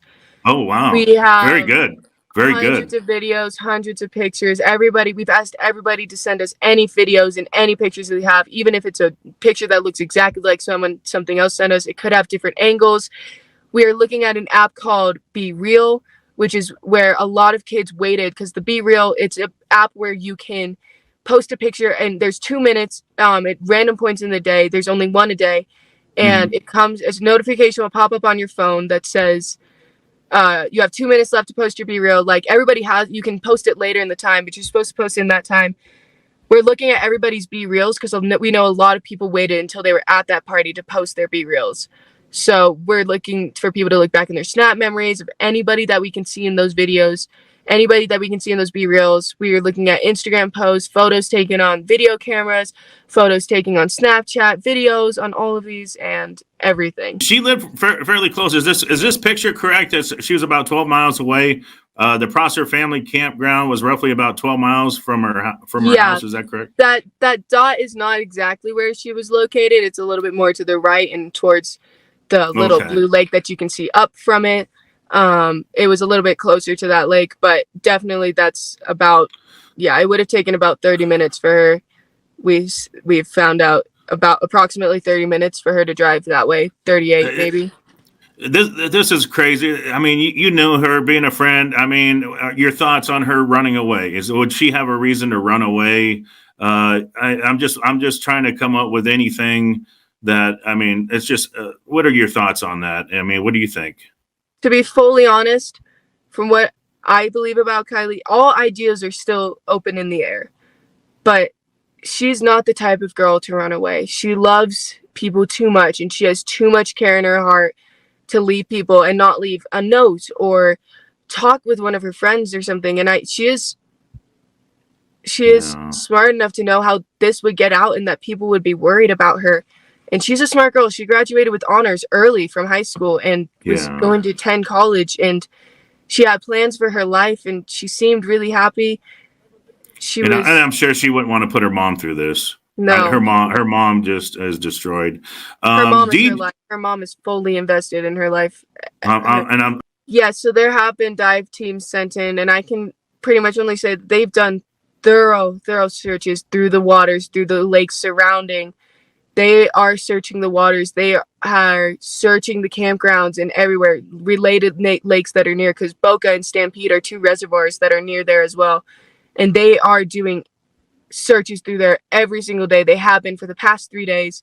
They have done extensive searches to points that you wouldn't even believe the FBI and those people they are going. To be fully honest, my biggest concern is that somebody, and I've said this in other interviews, somebody knew she was drunk, offered to give her a ride home, and they didn't give her a ride home. And they could be across the world at this point with how long she's been gone. And I'm worried that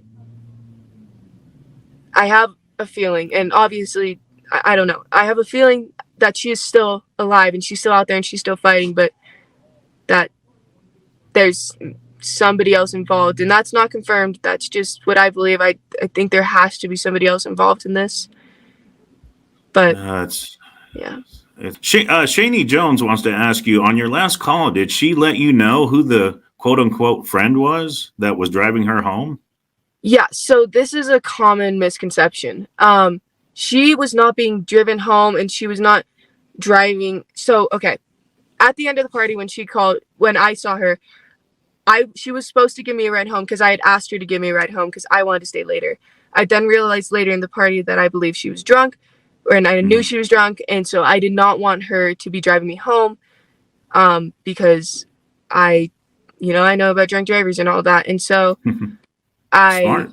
and I figured she would be staying there, or she would find a ride home, because she's a smart girl. She's smart enough to know, she's smart, and so then I found her as I was leaving the party. I was making sure to find her, to tell her that I had another ride home, and that I loved her and I wanted to say bye and for her to have fun at the party. And then when I left the party, we were pretty much on 89 with my ride. And she called me as I was in the car in the passenger seat, and she was like, "Hey, where are you? Do you still need a ride home?" And I was like, "No, I'm okay. Like, I'm in the car right now. I'm getting driven home now." But Kiely did not have a set ride home, and I was under the impression that she would either sleep there or find another ride home. And it was not known that anybody was going to give her a ride home. She was not, when she called me, she was not in a car. I could hear the party and many people talking in the background. It's Kiely, just by the way, but if Kiely's out there watching I'm this. sorry, Kiely. I apologize. Don't worry. My mind's going 1,000 miles an hour. It's just, this is very emotional, Yeah. but no, I'm sorry, Kiely. Thank you. Yeah, no, it's totally fine. If Kiely were out here watching this, I would just want to know, we are doing everything to try and find her. We are making this go worldwide. We will find her. We will find what is happening, and we just want her home. We don't want to get anybody in trouble. We just want her home. We love her, and we would do anything to see her again. I just want to drink a boba with her again and laugh and tell the story. And when I see her, I'm going to absolutely tackle her to the ground, but I'm going to give her the most love that she's ever felt. And I hope she knows she's loved. This whole community is looking for her. The whole world at this point is looking for Kiely.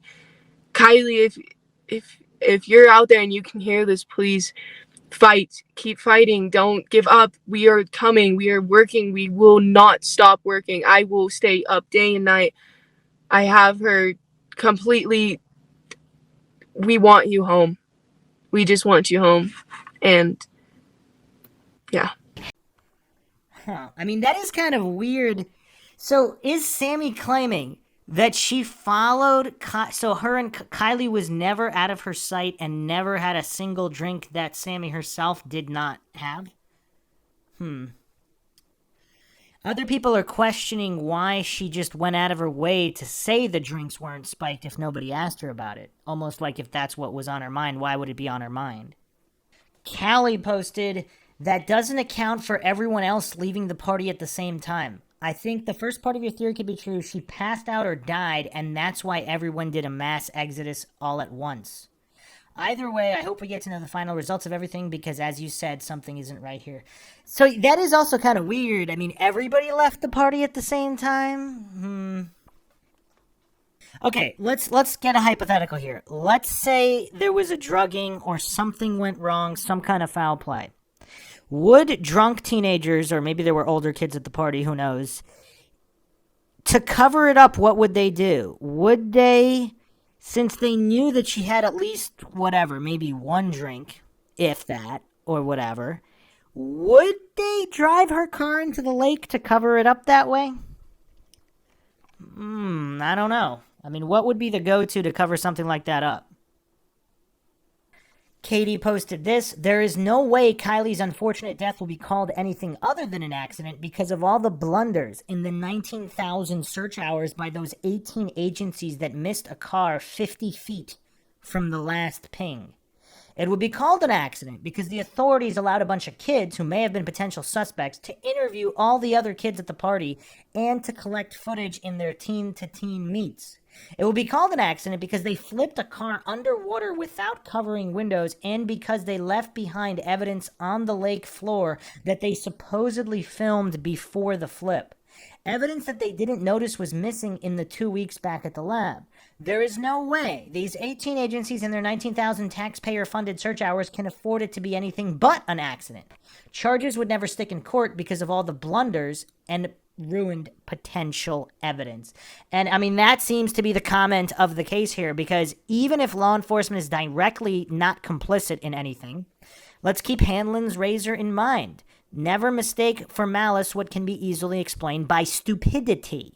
So to cover up the stupidity and incompetence, and, due to the egos of humans involved, even if they wanted to move forward with the prosecution, I mean, it would be difficult due to all these blunders. That is an excellent point. Others are speculating that if she was that messed up and drunk, she would not have been able to send a coherent text to her mother. Yeah, that's curious. Yeah. Other issues and speculations by Adventures with Purpose is that she could not have ended up in the trunk because even, she had a slim frame. Supposedly there's not enough room, that if she was in the driver's seat, even without a seatbelt, they were stating that there's no way she could have ended up all the way in the trunk space due to the design of the vehicle and the clearance. I mean, see, the thing is, so Adventures with Purpose, clearly they have proved their competency. They're clearly more competent than the law enforcement search teams, unless we're claiming the vehicle wasn't there during the initial searches, which is also possible, but who knows? Let's assume the vehicle was there. Well, actually, you know what? Whether it was there or not, AWP has still proved their competency. They proved that they're competent, so now we're going to say they're so incompetent, they can't judge basic clearances on a vehicle? On Christina Randall's first video that we went over on the autopsy and toxicology results, I believe In Your Galaxy posted an interesting comment here. 10 years from now, we'll get an update on the case and all of the cover-ups will be exposed. It's very obvious from day one that authorities have not done their due diligence and have been more interested in obfuscating the situation. Her father needs to step up and get her and the evidence re-examined independently. No one can trust information from the town where one person is essentially judge, jury, executioner. And is it true that the sheriff is also the coroner? That's what's being said here. Tinker Stinker posted an interesting theory. My gut is telling me that this case has been ripped apart from the inside out. I believe this was a homicide, but possibly a prank gone, or maybe that's a typo, wasn't a homicide, but possibly a prank gone wrong. But the truth has been covered up. Law enforcement didn't do a good job investigating, possibly on purpose to cover something up, and this was apparent by the lack of professionalism in keeping the integrity of the car contents stable. This shoddy job doesn't make any sense. I hope and pray that Kiely's family and friends get to the bottom of this. The truth will eventually come out. Yeah, that's curious. I mean, are we to believe that police are this level of incompetent and stupid? I mean, that is a curiosity, because if it's intentional mishandling, like same thing with the JonBenet Ramsey case, some people just cannot believe that the cops could be that utterly clueless and dumb, and that trampling all over the crime scene was all by design. Was that the same case here? Was this all intentional incompetence, so to speak? Someone also quoted a study here because people are saying that there have been instances of confirmed drownings where there was no water in the lungs, but apparently there's a study done in 2004 that this is below 2% of cases. So is this just one of these cases where that happened? Either way, clearly it would be, this is an outlier case no matter how you look at it. Again, a lot of the coincidence theorists, the clueless goofs who just can't wrap their head around that sometimes things are not as they appear. It's not rocket science, but for whatever reason, it's like they're too mentally weak to consider any other possibilities than whatever is ruled by so-called officials with horrible clearance rates and so many mistakes. I mean, it's crazy how these goofs still put blind faith in these people. It's weird. Not that all of them are incompetent. Obviously, that's not the case. But a certain percentage clearly are. And especially from the way this case was handled, clearly these are not the most competent people. Or they are, and it's all intentional by design. All right, let's go to Law and Crime Network. Kiely Rodni's death looked extremely suspicious, says the search team that found her body. Let's look at this. Right there with the red tag? Yes, sir. How in the did they have missed it? That's impossible. Kiely Rodni's father, expressing disbelief that his daughter's car wasn't found sooner by law enforcement. Now the divers who found the vehicle are sharing exactly what they saw when they found it and their questions about what they found. I'm Jeanette Levy, and welcome to this latest edition of Law and Crime Sidebar Podcast. Well, these divers are with a volunteer group called Adventures with Purpose, and we spoke with them after they found the vehicle, and they did this after searching the Prosser Creek Reservoir in Nevada County, California, for less than an hour. It's absolutely amazing. They used sonar to locate the vehicle, and this was found in a place that had been searched by law enforcement in the weeks prior. And Kiely Rodni, as you know, had gone missing. She had told her mother she was coming home from this graduation party, and then she vanished. So joining me to talk about this is Doug Bishop. He is with Adventures with Purpose. He is their lead diver and lead investigator.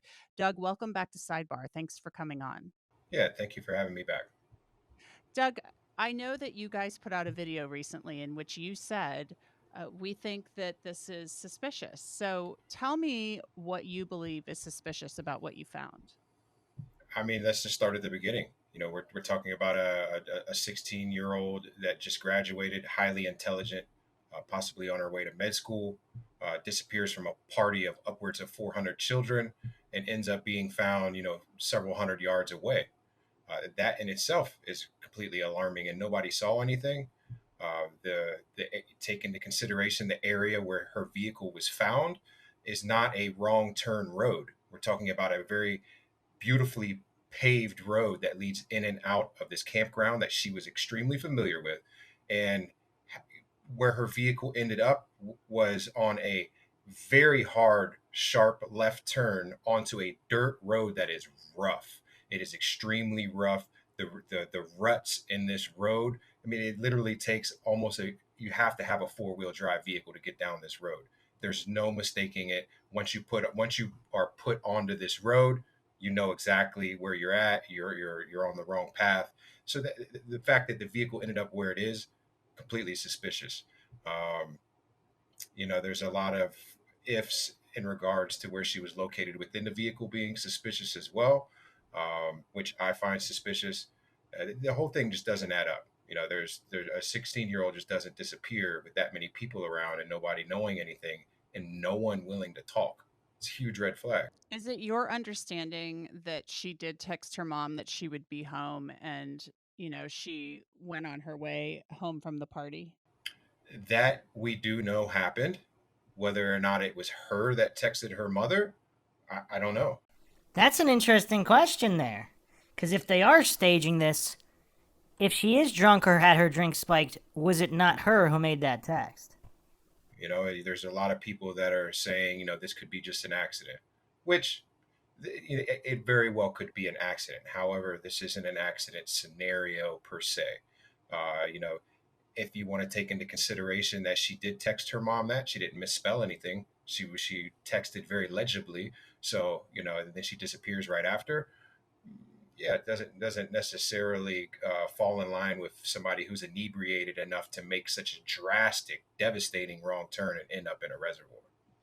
Well, there was some discussion that she, it was a graduation party with younger people. Mm-hmm. There were a couple hundred people there, I guess, at least. And there was some discussion that she was intoxicated.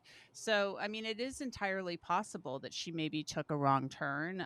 We just don't know at this point. Have you learned any information at all that leads you to believe, yes, indeed, this was a suspicious disappearance? Have you learned anything from law enforcement? As far as that goes, I can't disclose that. It's still an ongoing FBI investigation. CHP's involved as well as Nevada County, Placer County Sheriff's Department. There's certain things that I can't discuss, and I can say based on what I know, it's extremely suspicious. Extremely. Tell me what you saw when you found the vehicle. I've covered cases where vehicles have gone into the water and they start taking on water and they sink. Mm-hmm. And Yep. oftentimes people panic and they try to escape any way they can. Mhm. Tell me what you saw that leads you to believe there were some suspicious things going on here. You know, as far as particulars, again, there's certain things that I cannot say. You know, with the way her vehicle was found upside down, I would say that falls in line with a lot of the vehicles that we find underwater. Um, it is common for individuals to end up in the back seat, not necessarily in the back hatch area. So that's a red flag to me. Now, does that mean anything? It doesn't. It's possible in trying to get out. But we're also talking about a window that was out and another window that was halfway down as well already. And she's tiny enough to even fit out a half of a window. So I personally do not believe that this was just an accident, although it very well could be. Right. It very well could be. It's my understanding she was found in the back seat of the vehicle and that one window was apparently, allegedly busted out. One was partway down. Mhm. Is that what you guys found?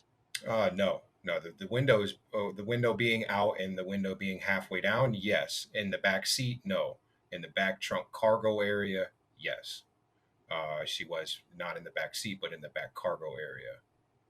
Okay. So you're saying that Kylie's body was found in the back cargo area of the vehicle. Did that area appear to be open from the back seat? Because this is basically a small SUV.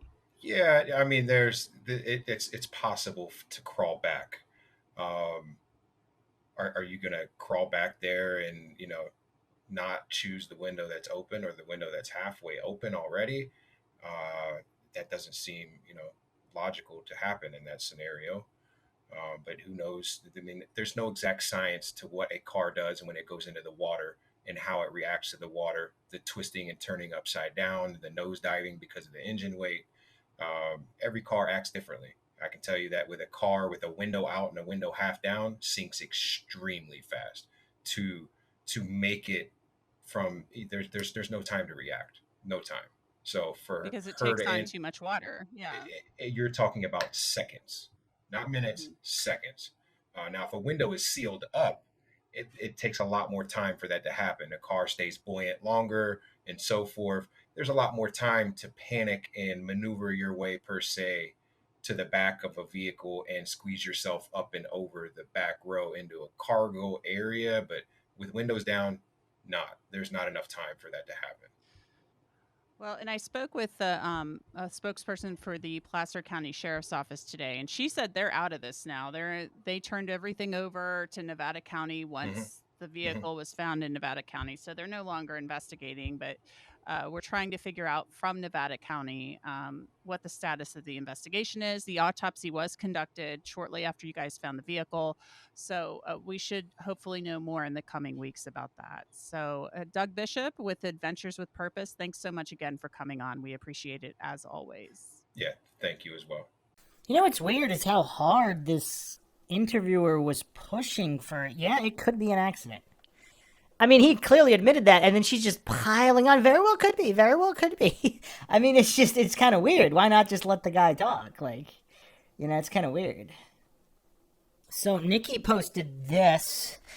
Ex-boyfriend Jagger says to ignore these guys because they're clout chasers. Says everything right there. Someone you loved was found by these people, who without them, she may have never been found. And you're hating on them, ? Would you not want to know everything they found and everything the tow truck driver said? Would you not wait for the autopsy to see if your loved one did meet with foul play? Or would you immediately be claiming on social media she drove drunk into the water without knowing anything yet, even though her car was in neutral? Only time you'd be defensive or angry when you get or are waiting on clues of death of a loved one is if you know something everyone else doesn't. Jagger also said on his TikTok to contact his mobile if you were there and had any information and saw anything. Someone replied that there's a police provided a hotline to call. Why should they call him with info? He responded saying the sheriff has asked him to filter out info first.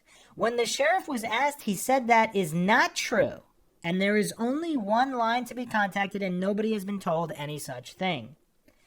Wow. That's insane. I mean, just the level of insanity in this case. I mean, everybody's lying left and right. I mean, what is going on here? So that's curious. This guy's stating that it would be, she would not have time to have crawled into the back cargo area even if she wanted or was disoriented enough in order to do so. That's curious. That's definitely curious. Deanne posted this. I read somewhere someone called and or messaged their parents about something that happened at the party. And the parents told their kids not to get involved and to get out of there. There was a mad dash of kids trying to leave the party at the same time. They know what happened. Vehicles that have been recovered after decades in the water are found still with the person still in the driver's seat.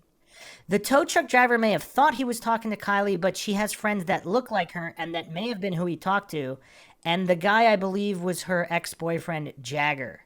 The reason they were staying separate and asking weird questions may have been a distraction as Kiely lay dead in the hatch of the car. This was not an accident. Wow, this is absolutely insane.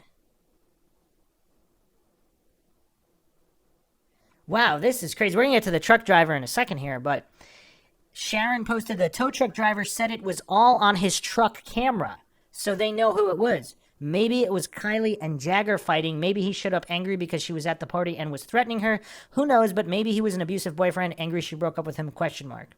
Here's the thing, though. If it wasn't Kiely, who was it? And nobody's come forward to say that's who he was talking to?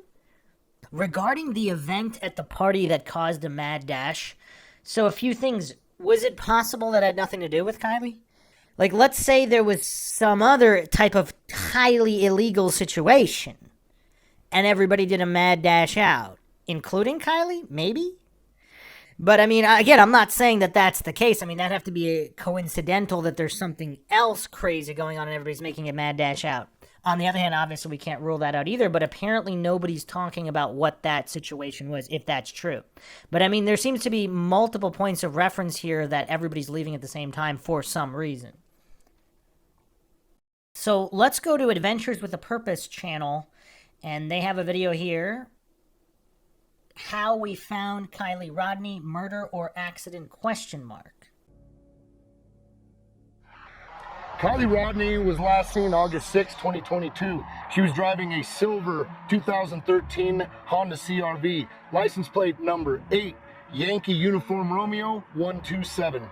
16-year-old Kiely Rodni was last seen at a 300-person end-of summer high school party in the Tahoe National Forest that stretched from Friday night into the early morning hours of Saturday. Authorities have conducted search efforts since then, including dive teams that entered Prosser Creek Reservoir on Wednesday, looking near the shoreline for signs of Rodni or her vehicle, but they found no clues to lead them to Rodni's whereabouts. Police said she last spoke with her friends and family shortly after midnight on August 6th, and her phone was turned off around 12:33 a.m. Law enforcement has expressed frustration at the lack of viable tips, in that few of the 200 to 300 people at the party are coming forward with information. That's curious. So very few people came. That's very telling in and of itself. That's so, out of hundreds, they only got a few people to come forward, if that's true. Does anybody find that suspicious? I mean, again, I keep going back to the Maddie Scott case. I mean, there's some parallels here. Apparently there was a fight at that party. Was there a fight at this party? What is going on here? Why is nobody coming forward? And was there another event, possibly separate from Kiely, possibly not, at what caused this mad dash exodus from the party? And what is the average time these parties end at these locations? And was it very early? Because if there's a mad dash out, I mean, 12:30 seems... I don't know, maybe I'm dating myself, but back in the day, people kind of, especially graduation night, some people party, they don't even go to bed. If this is a graduation party of sorts. But even on a regular party on a weekend, I mean, 12:30 seems kind of early to end it. I mean, I would, 1-ish, 2 or 3 even would not be unheard of. Like, what's the average time for parties in this area? And did this party end much earlier than average? And why is nobody coming forward? Those are my main questions at this point. So we just got out of Best Buy after picking up some supplies here in Reno, Nevada. We're on our way to work the Kiely Rodni case just down the street in Truckee, California. And Nick, a longtime supporter, fan of ours, appreciate you for coming up to us, possibly has some information in regards to the Kiely Rodni case. So why don't you explain a little bit about what you may have run into? So my name is Nick. I work at an emergency roadside assistance program. I got a call up in Truckee, Boca, for a battery call. So pretty much that means that the vehicle can't start. So I went en route up there, found the vehicle. At the time, I didn't realize that this was a situation until later on. But let me stop right there. Yeah. You said you went to Boca. Yes, sir. So over near Boca Lake. Yes, sir. So not Prosser Lake, Prosser Creek Lake. It's right by Prosser Creek. Yeah, so just north. So you went to Boca. At first, when I went there, I realized after my test that everything was working great on the vehicle. At that point in time, I did notice that she was very hesitant and very skeptical on everything that was going on. She was asking me really weird questions, in the sense of, how do you put on your seatbelt correctly? And okay, and then she asked me to show her on how to connect it to her actual belt. After that, she was stating on how she was there all night and she couldn't get her vehicle started. Wait a second. So you would think that this could be corroborated with what she was wearing, because if it wasn't her, would she not have been wearing something else? Due to the fact that now we both realized it was in neutral. She was wearing a sweatshirt, so it looked like she has been there for quite a while. What color was the sweatshirt? It was a gray sweatshirt. Gray sweatshirt. Was it dark gray or light gray? It was light gray. Okay. Yeah. Also, there was a guy there that was with her at time being. He was wearing a black San Francisco flat top, ball cap, facing forwards, brown hair. You would also think, has this guy been showed photos of people who knew Kiely at the party? I mean, obviously it'd be difficult to get all 300 or even 400 people at the party. I mean, there's varying accounts. Some people say there were nowhere near that many. Some people say there were even more than that. So, I mean, it might be hard to get every single person who was at the party. But would that be impossible? I mean, pretty much every teenager has a cell phone now. On a thorough, legitimate investigation in the 2020s, you would think they would actually be able to get every single person who was at that party. I mean, just based on cell phone data alone. Sticking out just a little bit on the sides. It was kind of like they were both kind of at unease is what it looked like for me. As if either they had a crazy night or a crazy day or there's something going on I couldn't know, and at the time I didn't realize what was going on. But other than that, he was, a thinner built guy is the best way I could put it, with a bro tank, and it was a white bro tank. He had some freckles on his face, or maybe it was acne or whatnot, but it was on both sides of his face. He was also a little bit shorter than me, so I'm 6'3". In hindsight, you're realizing all of this. When do you think that this took place? Was it before, during the day, after she disappeared? To be honest with you, it's either right after she disappeared or right before she disappeared.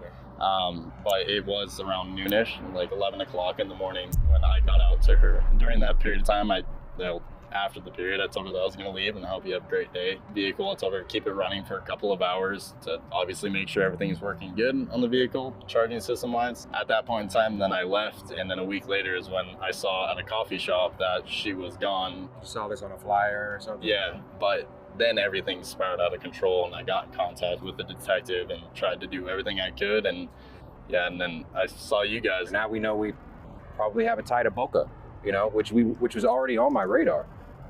Do you know who placed the call to your roadside company? So I can't get details. Calls don't go through me. They go through dispatch. So you don't have.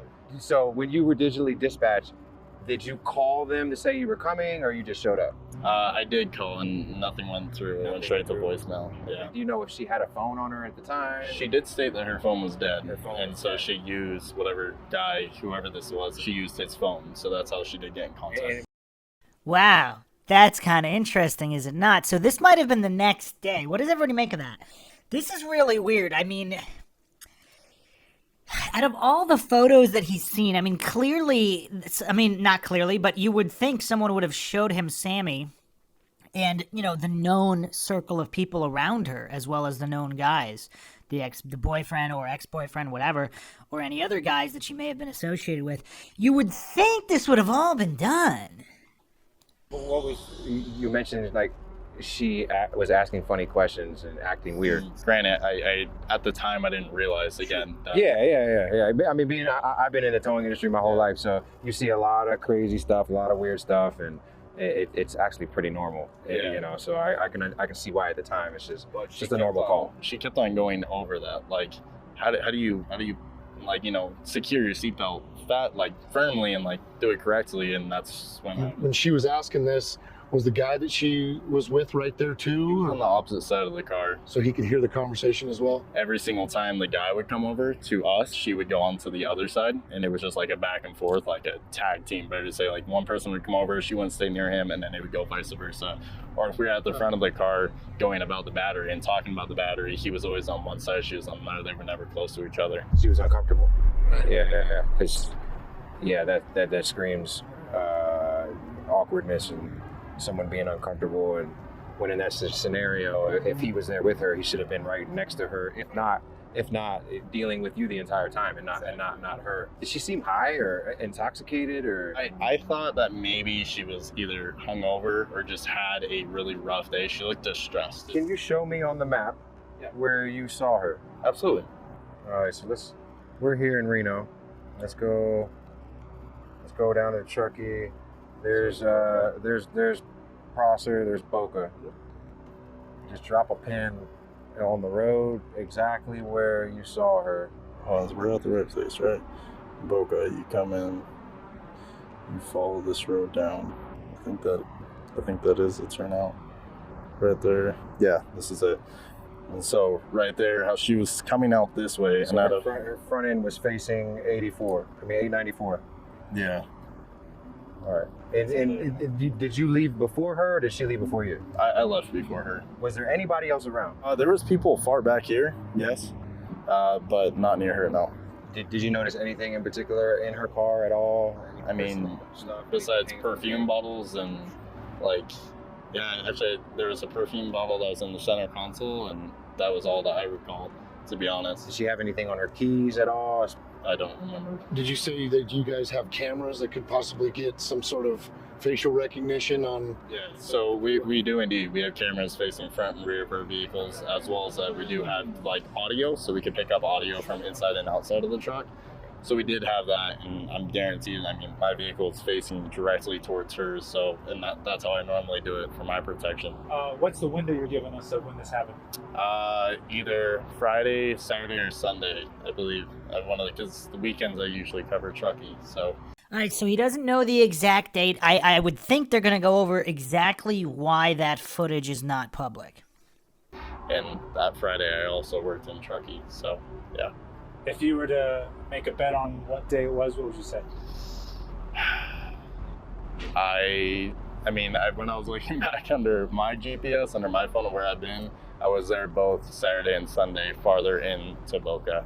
Everything you just heard unfolded right here where I'm standing. Talking about where Nick described him parking his service van. When he pulled up to give the battery service to Kiely, he parked his van right here, facing that direction. Her vehicle was parked right over here, facing 894, that way. So, okay. So, he's stating his GPS was there Saturday and Sunday, so possibly not Friday, which is interesting. So he thinks it's more likely Saturday? Going outside of what we would normally do, because we're normally working cold cases that have hardly had any resources whatsoever applied to them. This case has had over 10,000 man hours over the last 2 weeks placed in at Prosser. I'm confident in what has been done at Prosser. Doesn't mean I'm not going to check it, just means that I'm not going to start there. We're going to make the most of our time by starting where we know not that much work was put into.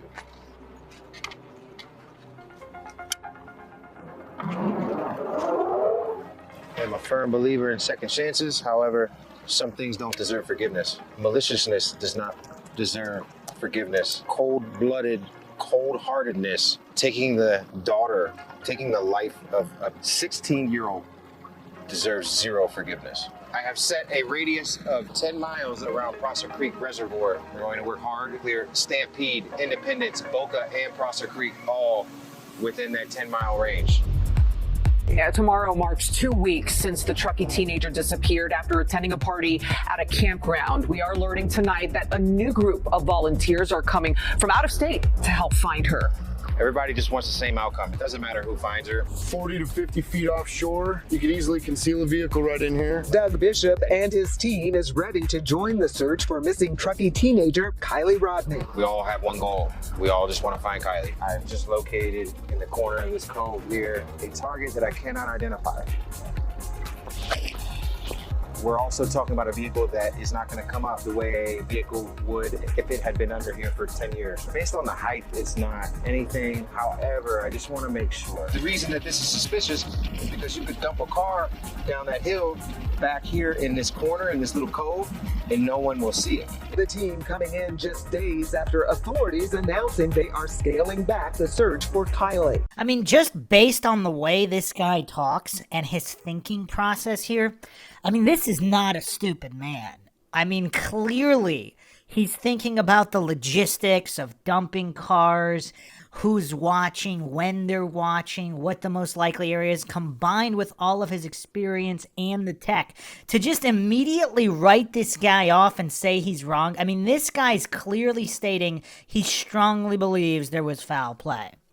We've had over like 9,000 man hours into searching, which is pretty astronomical. Our biggest problem is where do we go and how do we keep sustaining this? They just want help.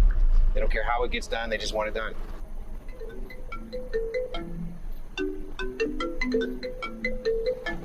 Hey, Nick. Hey, can you hear me? Yeah. I was just doing a test to see if a vehicle did go down in here, if they had cell service to call somebody, because we're not far from where she had to call because of the apparently couldn't start the vehicle. Right. So, okay, just testing. All right, buddy. All right, bye. So we've cleared the area behind the campground that was just behind where Nick serviced her car, allegedly, the day after she went missing. And we're now coming up along 894 as it heads north up towards Stampede Reservoir. There's a guardrail right there. However, if a vehicle went off this, you would have evidence of it. Unfortunately, we didn't find anything, but at least we can say we cleared it, and she is not in this lake, at least her vehicle is. I hope it's an accident, because accidents happen, as tragic as it would be regardless if she's no longer with us. An accident is better than somebody maliciously doing something horrible to her. I mean, you could just imagine the way that would happen in your last moments, knowing that someone is taking your life. I mean, does anybody think this guy's not genuine? Like, here's the thing I don't get. The people, like, even the ex-boyfriend accusing these guys of being clout chasers, look how much donations they have. I mean, look at what they're doing, they're funding. What would be the purpose? Now, I could understand if they weren't working on any other cases and they were, for whatever reason, focusing on this one, trying to just kind of push some kind of a conspiracy angle for whatever purpose, views. I mean, did they write a book about it, whatever? They're working on all these different cases. They're getting funded through donations by all these people, sending in donations to help them, working on all these different cases. It's not like they're pushing conspiracy on every single case. It really seems like they're just genuinely giving the information they believe. And you know what's really sick and disgusting? All these coincidence theorists that attack anybody who even hints that things might have possibly unfolded other than as reported either on the Idiot Box or by so-called officials. The same officials that utterly failed where these volunteers did not. Now, again, if you're saying the car was dumped later, maybe they didn't fail in initial search, but there were multiple searches. And throughout the investigation, just the botched nature of the investigation, no matter either intentionally or otherwise. Yet, all of these disgusting people who are criticizing those that want true justice, because if it really was an accident, How would it definitively confirming that? How would that hurt? The truth is not afraid of investigation. Now, I'm not talking about the people that are 100% pushing for conspiracy. Clearly, this guy has explicitly stated it might have still been an accident. It may very well have been an accident. That doesn't sound like some kind of clout-chasing guy 100% pushing conspiracy. He sounds here like he genuinely cares about human beings, particularly victims, the missing, etc., which is probably why he does what he does. I mean, certainly it's the reason why obviously the Mindshock podcast is not exclusively true crime. It's a logical podcast based on logic. But the whole point of logic is validity and getting to the truth. In true crime cases, particularly unsolved cases, still missing persons cases, or highly suspicious cases, which clearly this is, even if it was an accident, there's clearly highly suspicious circumstances that would need to be explained that have not yet been explained. Because if there is other shadiness going on at that party and it had nothing to do with Kiely, it still hasn't been explained. So therefore, it's a highly suspicious case. So it really is like all these goofs on social media criticizing critical thinkers who actually have more than one brain cell, who could actually criticize information, utilize logic and reason to say, wait a second, shouldn't true justice be served, or at least ensured? Because if it really was an accident, is it not owed to potential victims of violent crimes to confirm that?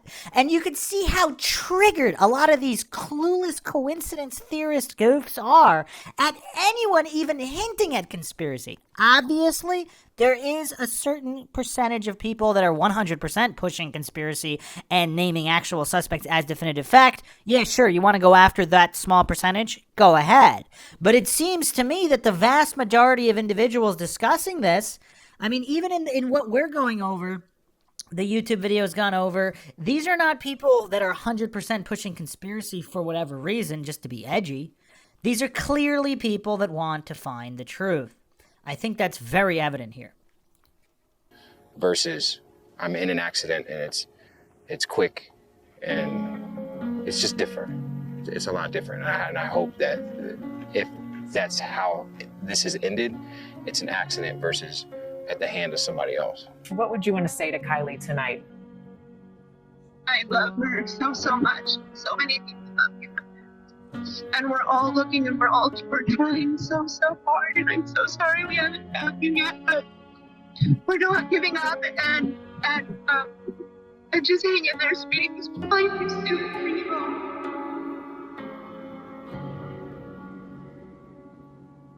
Intensifying search for a missing 16-year-old California girl who vanished after a campground party. Police are treating this as a possible abduction. Investigators believe someone knows something. They're asking anyone with information to come forward.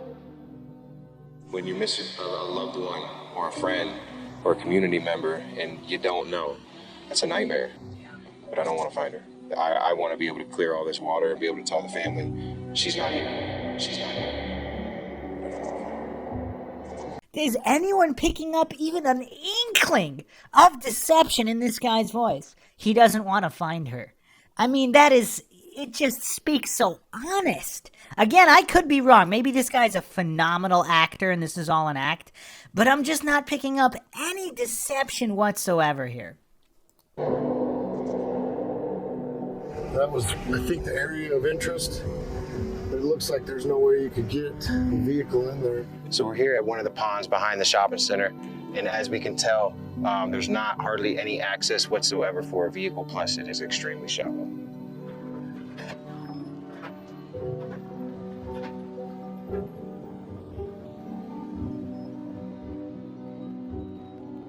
We're here, the ground is a lot harder, so the tire tracks are a lot harder to see. However, we can see tire tracks clear as day. You got a tire track right here. Look at this. See that? Those are tire tracks. We also have, equipment there, trucks during the day, probably workers. But whether or not we can see tire tracks, it doesn't matter, because I can see out at least more than 100 feet. You can clearly see the growth, and the pattern in the growth, the vegetation, nothing's been changed. If a car would go in, there'd be a path, and a car's not gonna go that far out right here. There's no path, there's nothing cut. You could launch a car off here though. It's just, you're not gonna hide it right there.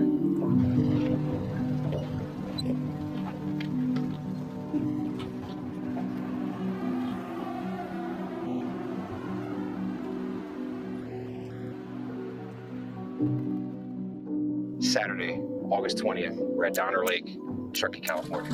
We can see a lot of visibility. I can see the bottom. I still can see the bottom. Wow. No, we can't see it on drone. So right here where it stops, it drops off significantly. So if it were to come in here, it's going to make it, this drop is a big drop. So it's going to keep, if it went in here, it's going to keep going. We're not going to be able to see it.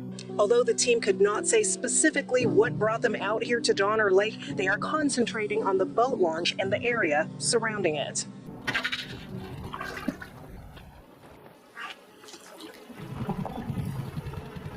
Four feet, 5 feet, 10 feet, 16, 17, 19, 22 feet, 26, 30, 42 feet, 50 feet. Wow. It gets deep quick. It does get very deep. 75 feet, 80 feet already. 93 feet, 105 feet. I'm gonna change my scanning to 100 feet either way to compensate for the depth. 117 feet deep right here. 142 feet. Do some vertical in and out patterns. Sure. 117 feet deep right here. 142 feet. Coming out the side here at 41 feet.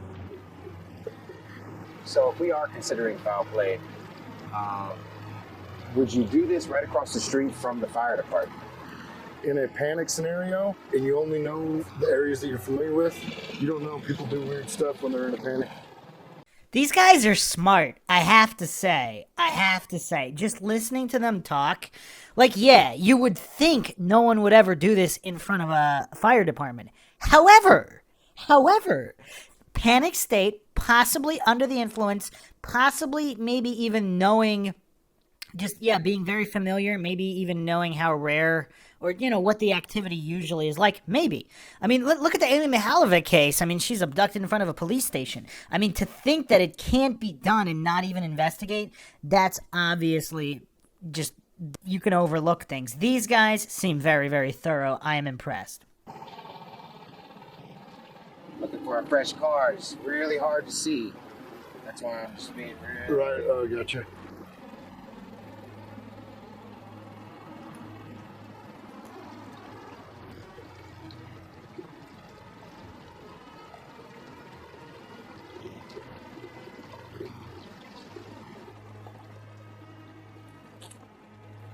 What is that?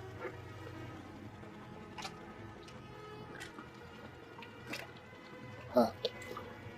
Rocks? How's it still under there? Must just be rocks. A layer of them or something? I don't think it will roll that far, man.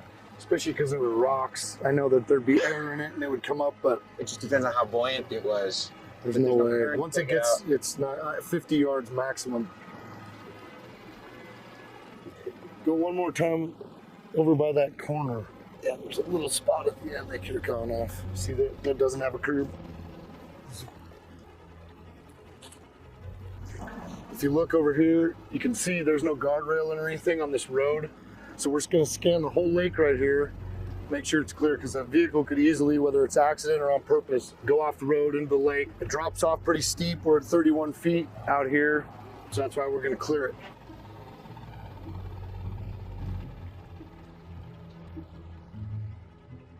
Lake's clear. It's super shallow around the edges, other than right here, but you can see the bottom for almost 100, 150 feet off the shoreline. And there was only a few places where a car could even make it in there. We went even above and beyond that, so I'm 100% confident that the vehicle is not in this lake. We have now cleared 5 miles of shoreline on all 3 boat ramps here on Donner Lake. And you know, we still have questions and not a ton of answers. So maybe one of you, I know somebody out there has answers. If you or somebody you know thinks you might know something that happened that day or that night, you need to come forward. You need to step up, call the authorities, talk to somebody, and get the information out there. There is a 16-year-old daughter missing. A mother is missing her 16-year-old daughter. We need to find her, bring answers to this family. You know what's kind of crazy? The conviction in their voices. I mean, they seem to have more I'm not throwing shade at most police officers, but a certain percentage, they have more conviction than a certain percentage of government employees. I would say a large percentage. The team specializing in cracking cold cases free of charge, and they came from miles away to help solve her mysterious disappearance, now 2 weeks after she went missing. Day 2 in our search for Kiely Rodni, we're beginning right here at Ground Zero, Prosser Family Recreation Site, where Kiely, 16-year-old Kiely, disappeared from, according to law enforcement, this was her last known location. Yesterday, we based our search off of a tip that we deemed credible. We took that, we dissected it, and determined that we should start in a different area. Those areas were within our 10-mile radius. We were able to rule them out, and that's what brings us back to square one here at Prosser Family Campground. Kiely and her family are from the local area here in Truckee, California. And everywhere we've gone along this search, we have seen these posters absolutely everywhere. It's great to see a community come together in support for this family in need. And it's also because of a community like you that we are able to do what we do. So please, if you haven't done so already, please like, subscribe, share, and watch these videos. We really appreciate everything you do for us.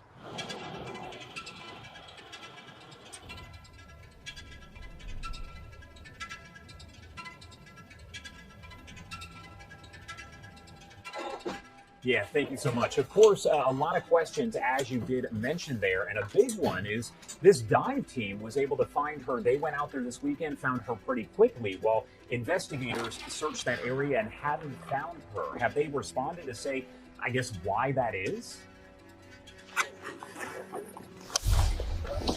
Push this out.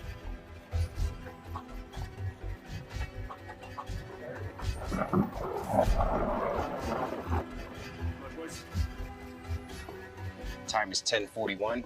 We are now on Prosser Creek Reservoir. This is, according to law enforcement, Kiely's last known location.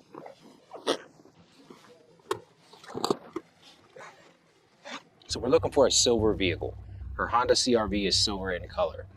Helicopters have stated that they could see the bottom of this reservoir. We've had multiple different extreme levels of sonar utilized by different sonar teams in this reservoir. I'm confident in what they've done. However, and not to sound cocky, but if we haven't searched it, it hasn't been searched. Wow. I mean, and that's the thing too, you got to double check. Now, what's alarming to me, if the lake is that clear that the helicopters specifically saw the bottom. Now, it would be curious. Has that footage been released of the helicopters that did the flyovers? I mean, maybe there's footage of news helicopters higher up, but have specifically the search and rescue helicopters that were flying lower? Has footage ever been released? Because it would be, again, if you're doing a real investigation, obviously that hasn't been done here. But if the FBI or whoever was gonna do a real investigation, that footage exists. Does that footage show the vehicle not being there the day after? Because if you actually can see, and what about the results of the sonar? Do they record? You would think they'd be recorded. I mean, we're in the 2020s now. This isn't like the 70s where they don't necessarily record the results of the sonar. It would be curious. Was the vehicle not really there? Because it almost seems like if we align all the variables, including the truck driver testimony, and how long it took for that alleged fire tower video, which may or may not be which may or may not be legitimate, and may or may not be her vehicle.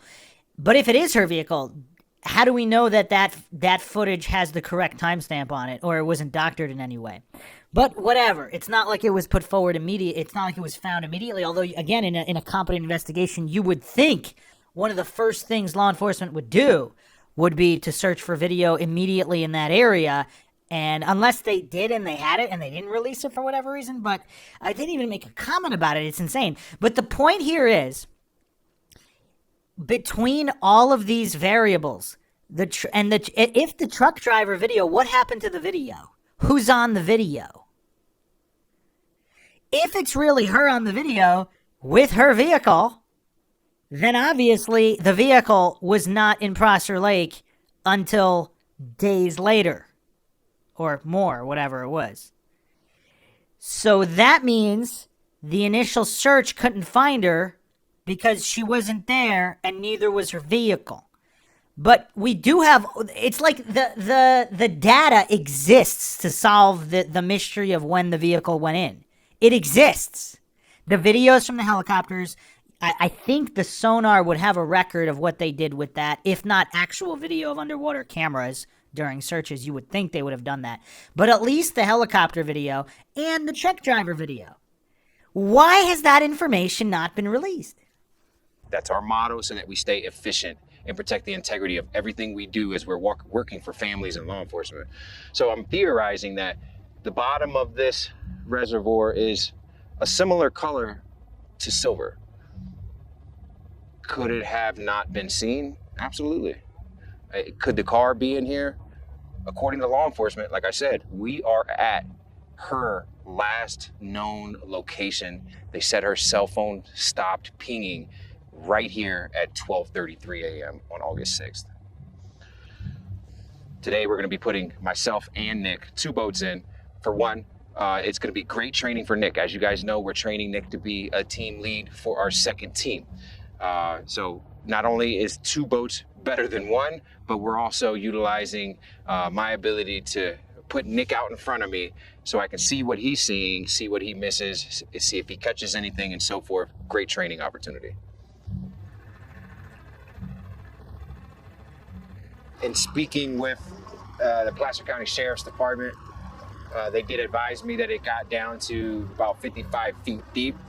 And right now we are at 45 feet, reading on live scope. Real consistent 45 feet here. This just got sent to me. I cannot name who did, but it says, the Truckee Facebook missing persons groups are on fire with speculation about what happened to Kiely. Thing is that some of it may not be speculation. It may be real clues as to what happened. The party, 200 plus, fact is there was a lot of drinking and drugging. Reported fights, some disturbing behavior between Kiely and a girl named minutes before the party suddenly breaking up. And then cars started flying out of the parking lot. Something bad happened and all the kids' parents told them not to get involved. You may want to keep in mind that there's a possibility of what happened to Kiely could be more sinister, and there was a panic. I knew. You know, I feel the same way. A kid goes missing after attending a party of 200 to 300 people. There's always, most likely, something that happened at that party. Someone knows something. Someone possibly did something. It's an accurate and fair assessment to make.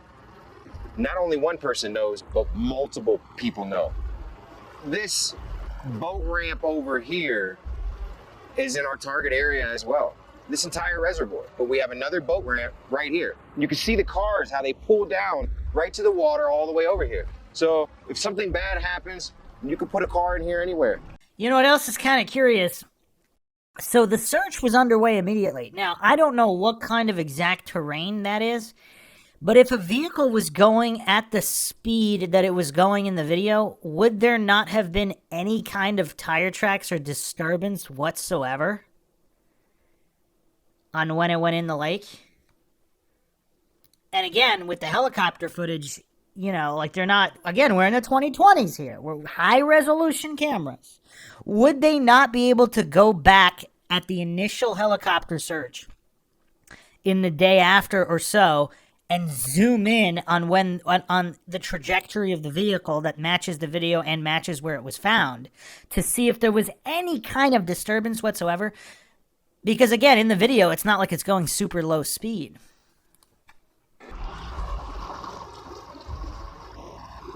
We are on the side where the party was here at the campground. So we're gonna find the vehicle. I would fully expect to find it right where we are right now. Really shallow, man. It's only 2 feet.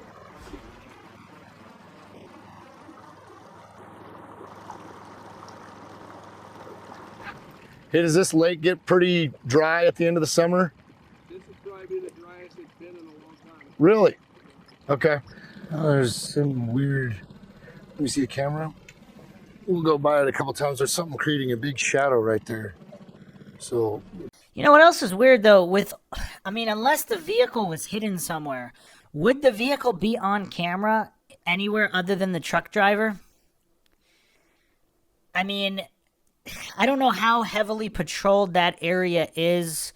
Police cruisers with dash cams or highway cams or just, tow vehicles with cams.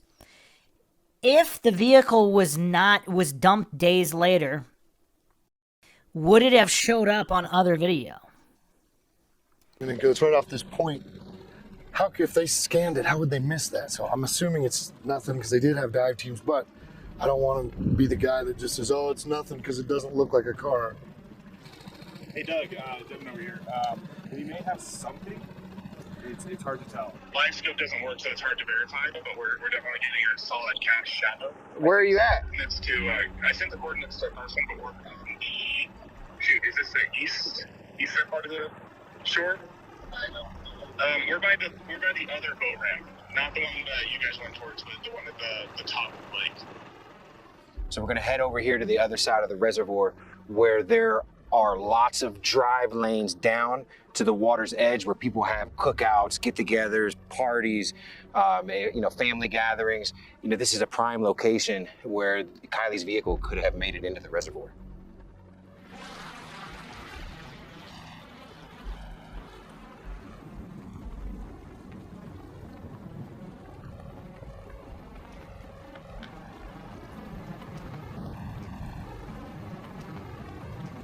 Is that what you just saw? Yeah. So it's just a big shadow there. You see that? Yeah, it doesn't make sense though. It's only 10 feet of water. We definitely have something man-made. Big. It's probably nothing, but it's a big shadow. It's something. Isn't that weird? It's just big. It's definitely something. Directly under us right now. What is that, Carson? Is that a boat? Or is that an SUV? Whatever it is, it has build-up on it. Could be a car. More in the shape of a boat. And I'm seeing similarities that show build-up, which we shouldn't have build-up on this car. It's only been 2 weeks. It looked like an upside-down sunken boat. Possibly. Could be a boat. It's something, though. I believe it's a car. And I have to be quiet because I don't want to alarm the entire campground right now. This is an ongoing investigation. Man, we're getting some funny imaging on this, which is indicative of a newer vehicle. You know what else too? Again, with all of just technology and everything, people are going to obviously behave. Well, it might not even be that different, but would criminals trying to get away with something, would they specifically wait until an area is searched with advanced tech? Divers, sonar, helicopter flyovers. How long would they wait? Would that be the best place to dump the vehicle? Where it was searched so thoroughly multiple times. Obviously, it wouldn't just be once. You would wait until it's been searched a ton of times to the point where you'd feel confident they either wouldn't search again or it would be a long time before they search or whatever. They search, they find it. But would that be smart to dump it where it was searched so thoroughly with high-level technology? There it is. See that? What is that? That's a wheel. See the wheel? Is it a wheel? Is it a boat? Looks like a wheel, man. Look at that. Look at that. That's a wheel. That's a wheel. We have a wheel.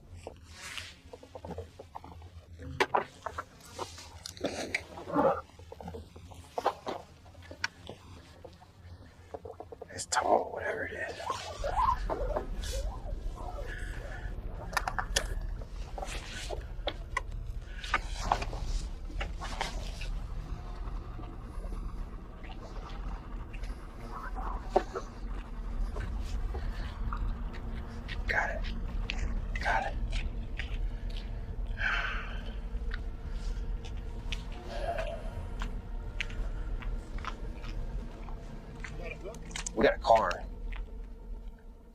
We got a car.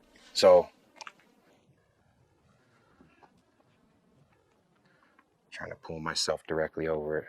So which side did it come from? Because looking directly behind him in this video, there's no it's like, it looks like there's no disturbance of time. I mean, obviously, so this is 2 weeks after, so I don't know if it rained or not or whatever, but there's just no trace of a vehicle going in. So, I mean, that's curious. I mean, you would think they'd figure out exactly how it went in. Supposedly, it matches the video.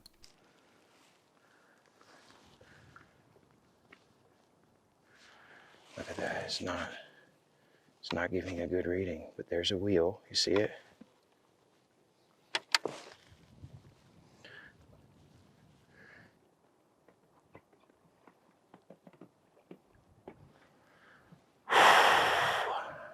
We need to go get suited up. We need to figure out how to get our RV over here.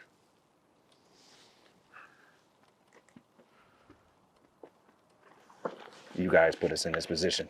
Everybody that supports us, y'all put us in this position. We wouldn't be able to afford to do this if it wasn't for you. Let's assess our situation. 18 different agencies. Over 19,000 man hours have been put into this. Not a zero vehicle was found in this reservoir. That is giving me a really weird reading. It looks just like a car. It looks just like an SUV. And it looks like it's giving me some misreadings the way a newer car would. So amazing scan. Great job, man. Great job scanning that. We need to do this as quietly as possible. You were able to get a magnet on? Oh yeah, and it's slipping. It's slipping on some of the vehicle the way a newer car would, and that's, you know, it's not getting a. It's smooth. I can tell that it's smooth. Is it a boat? It absolutely could be a boat, but I doubt it, man. Most boats are. Yeah. Right. No one at camp can know what we're doing.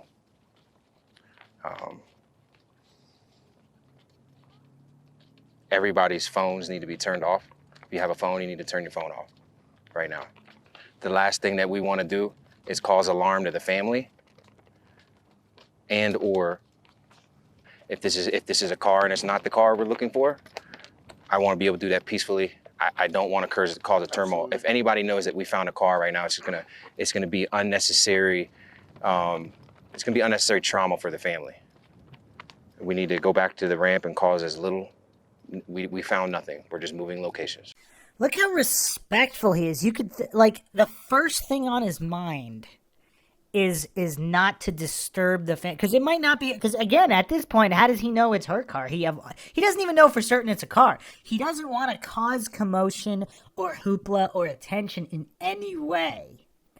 I mean, are people really thinking that this guy is just doing this for whatever clout, so to speak? They already have a ton of clout. They're well-renowned, well-respected. Why would they go out of the way to push a possible conspiracy and foul play unless they truly believed it was so? That's all. Okay. All right. If this is her, you know, this means all hope is lost as far as her still being out there, right, and her showing up, her being found safe. This is devastating. This is as devastating as it gets. You know, it's different when we're finding somebody who's been missing for 20 and 30 years. Right. This child, you know, 16-year-old, same age as my daughter. She's only been missing for 2 weeks. Literally, the campground is right up over the hill. Right over the hill. This car is 3/10 of a mile from the campground she was at.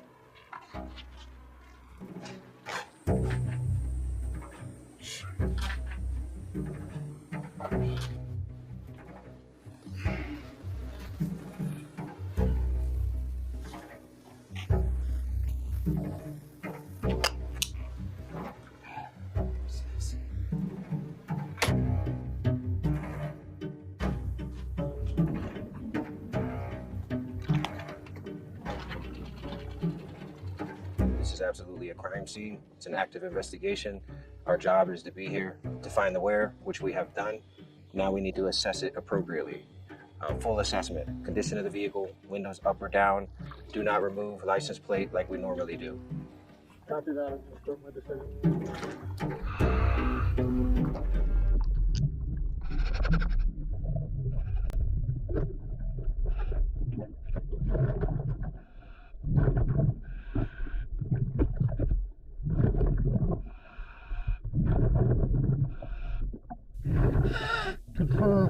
'Confirm.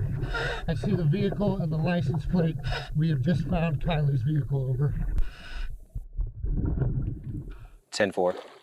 Do a full assessment, methodically, slowly. Make sure you focus on footage of the vehicle so that we can accurately relay that to the authorities. The vehicle is upside down. I repeat, it is upside down. I'm at the rear of the vehicle now, working my way around towards the driver's side. Over. 10-4. I read you loud and clear.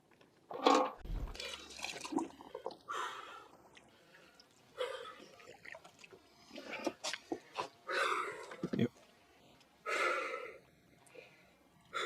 That's what we do it for, brother. Good job. Good job. It's positive, you know? All right.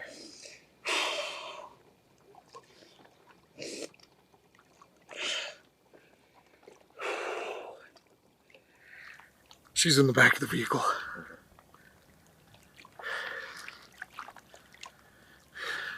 She's not in the driver's seat.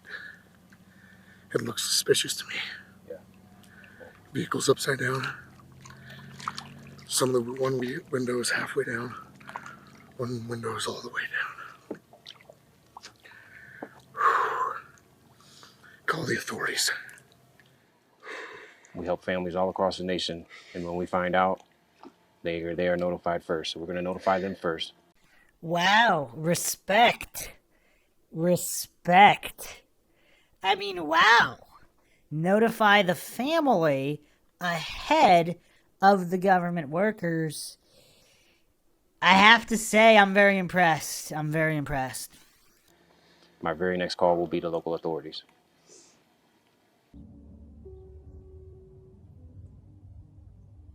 Right there?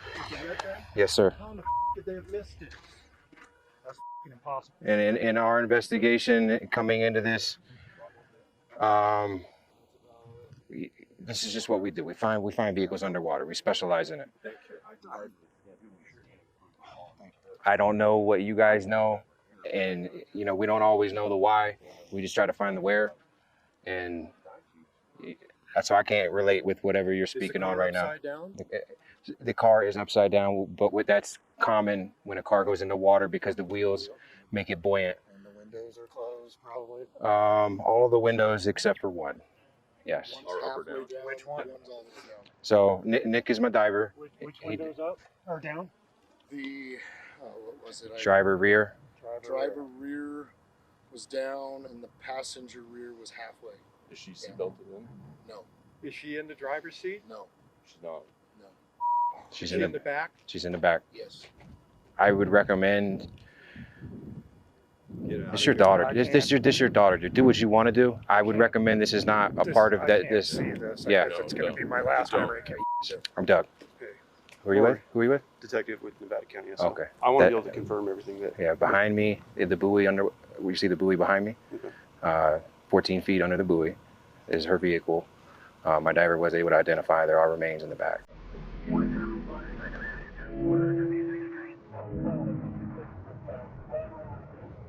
The specialty search and rescue team, Adventures with Purpose, say that they have located the body and vehicle of the missing teen. They say they found Rodni inside her car, which is in just 14 feet of water. The team says they've notified family and law enforcement. Placer County Sheriff's Office will now be taking over the investigation.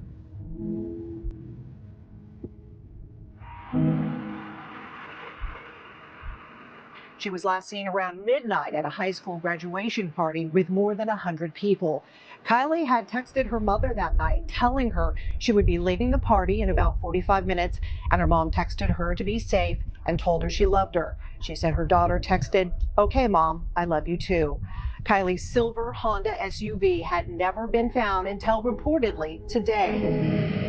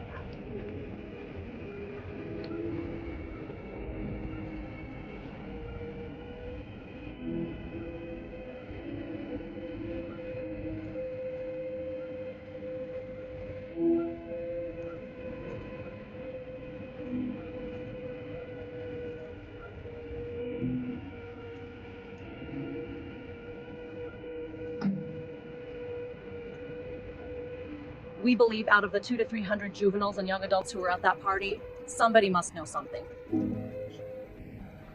Very powerful video there. You know, like, a lot gets done when you go outside of government monopolies. I mean, this is just, yeah. So apparently she graduated at 16 with high honors. So this is an extremely intelligent individual, possibly going to med school. Yeah, I mean, you have to keep that in mind. I mean, I don't think that's nothing. Obviously, some people who are intelligent, highly intelligent, do find themselves in bad situations, but I don't know if we can completely write that off. Meraki posted, "If we haven't searched it, it hasn't been searched. Your motto saved this family years of heartache. From the world to you, thank you for everything. We can't say it enough." I mean, yeah. I mean, not to just go on anti-government rants, but I mean, come on. When you trust the government, that's never a good way to go. So, thankfully, there are people out there who don't just bootleg and, you know, they go out and get stuff done like these guys. So, apparently, there is drone footage of the car being visible, but the drone footage, I don't know if it was a law enforcement drone. It might have been a private drone. It was a week prior to AWP finding the car, so it was not from the day or 2 or even 3 days after. It was 1 week after her disappearance, so that doesn't really help in assessing whether or not it was there when alleged within that original night. So looking at aerial photos here of them pulling the vehicle out of the water, you can clearly see tire tracks of it coming out. So wouldn't there have been tire tracks of it going in? So, yeah, I mean, this is really crazy. So I can't really find any more information about this dash cam video from this tow truck technician guy. I did find references that police have the video. Now, is it not her? I mean, they haven't really commented, but yeah, that's very, very bizarre. I'm going to go over one more video here. So here's an intro. Well, before we get to the final video here, on the Kiely Rodni subreddit, general discussion, this is, again, many months ago now. Nobody's really talking about this case anymore, unfortunately, because these questions are still open. But here is a Redditor who summarized Facebook activity. At least 2 folks have shared screenshots with messages by locals indicated that Kiely Rodni was sighted with a man at Boca Lake on August 6th. So this is hearsay, but it appears to corroborate the also hearsay. There's also 3 locals who reported this as well. So there's potentially, 3 to 7 people who have either cited her or corroborated that she was supposedly sighted in the Boca Lake area. So it's not just this tow truck technician. Also, locals that are familiar with the Prosser Reservoir, including the road that she allegedly went off of, have uniformly stated that they find the discovery location suspect given the topography. So that's interesting. So, I mean, again, if it wasn't for all of these variables, it still could be foul play, but you wouldn't have evidence of it. Here, no matter how circumstantial, I mean, there seems to be a mountain of, again, non-definitive, but a mountain nonetheless, of some kind of evidence, whether legitimate or not. So let's go back to Christina Randall on YouTube. She's got a video. Is it over now? Community cover-up or tragic accident?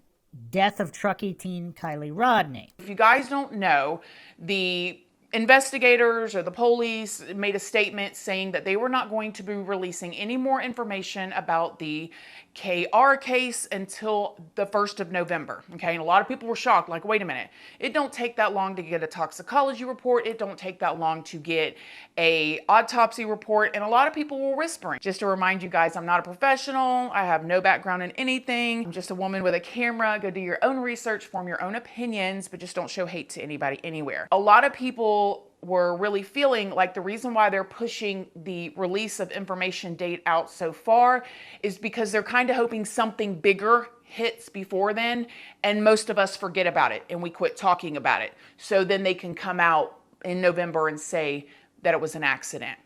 Doesn't mean it wasn't an accident, but stay with me here. And if you don't know anything that I'm talking about, I have a whole Kiely Rodni playlist that you guys can go and check out. Start from the beginning, work your way down, and you'll be all the way caught up. But then there were some whispers that the information was gonna come out sooner, and everybody was just kind of waiting. Now, since then, during this waiting period, theories have been going all over the place online. I'm talking about all over the place. All over the place. And I was just kind of watching things that you guys were sending me, things that you guys were asking me to respond to. And then Kiely's memorial was held. Okay. During Kiely's memorial, where they had like all the community or the people that wanted to come, the kids of Truckee, people all over to celebrate the life of Kiely, her mother, Lindsay, gave a little like speech or a verbal statement to the media, and then it went out and we all could see it. And I'm going to play a part of it for you here in a second. But when I saw this speech from the mother, there was some things that she said in it that was very bothersome to me. But then again, who am I? I'm nobody. Kiely is not my child. That is her child, okay? And in it, she more or less said, the way that I could understand it is, back off. She literally said, we got this. Let me play you guys a clip right here. You are talking about the death of my child. Our community's child. It's time to let our children mourn their friend quietly, peacefully. I hope you can find other, more beautiful and helpful ways to spend your time and remember Kiely. Call your mom. Take a walk. Pick up a new hobby. Please know we got this. Let her rest. And then she even talked about the monster of social media and letting the kids like heal. Unfortunately, the social media frenzy has become such a monster that our teens are suffering. And we want to create a safe space for them to heal together without fear of something being taken out of context. And even though some of the things that she said in there as a mother watching was like, oh, girlfriend, like, come on. Again, at the end of the day, that's not my child, that's her child. And everybody grieves and deals with things differently. I mean, just a counterpoint here. I mean, yeah, it's a little weird. See, here's the thing. Here's the thing about families and everything. I mean, there are cases where obviously the family might not want to believe something. Now, unfortunately, most children are killed by family members. Unfortunately, most women are killed by their husbands, boyfriends, ex-boyfriends, people known to them, and not sadistic, crazy strangers. That's just the statistical reality. So what family members might not want to believe, or they might want to believe it's an accident, that's not true justice for the victim. So I don't know if I'm in the minority here. I believe the victim takes priority over anything. Because justice delayed is justice denied.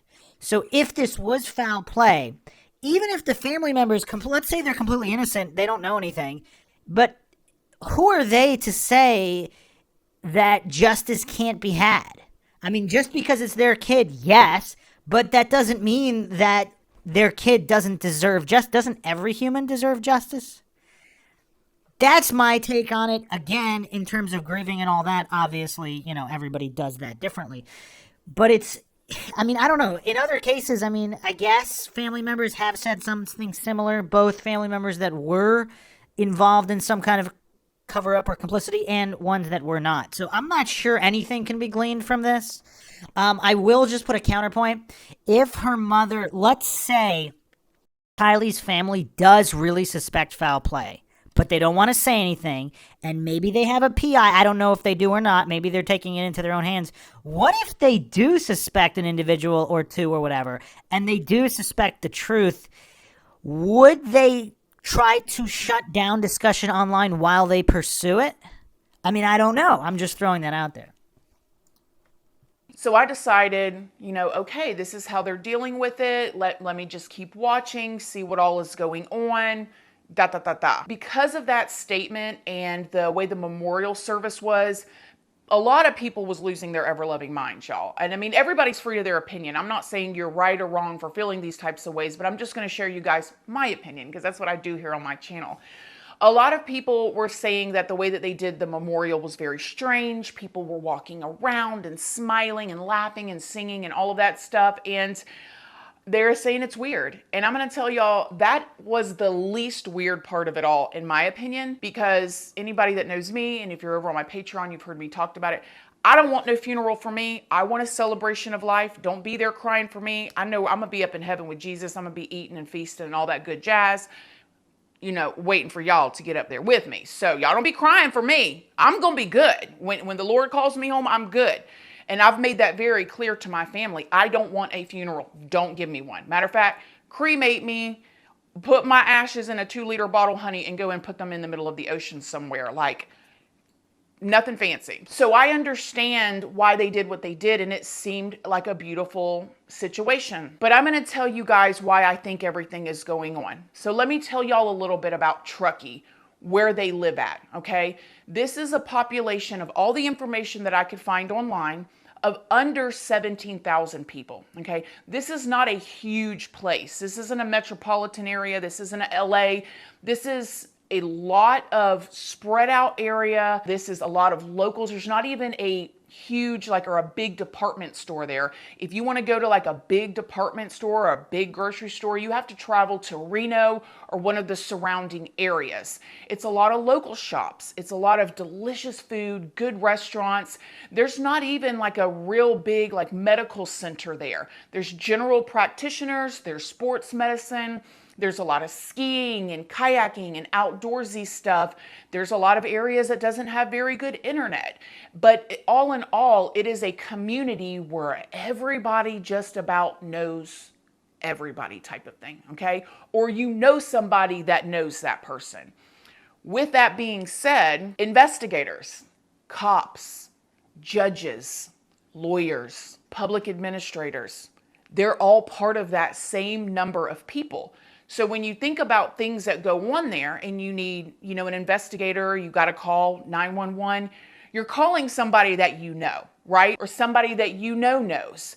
And everybody's just kind of connected in some sort of way. And I think that could be why it is difficult for Kylie's family to point the finger. Okay, you got to think about it. Kiely grew up in that community. I'm going to tell you guys about her home and that type of stuff and how she grew up in a few minutes, and maybe you'll understand even more.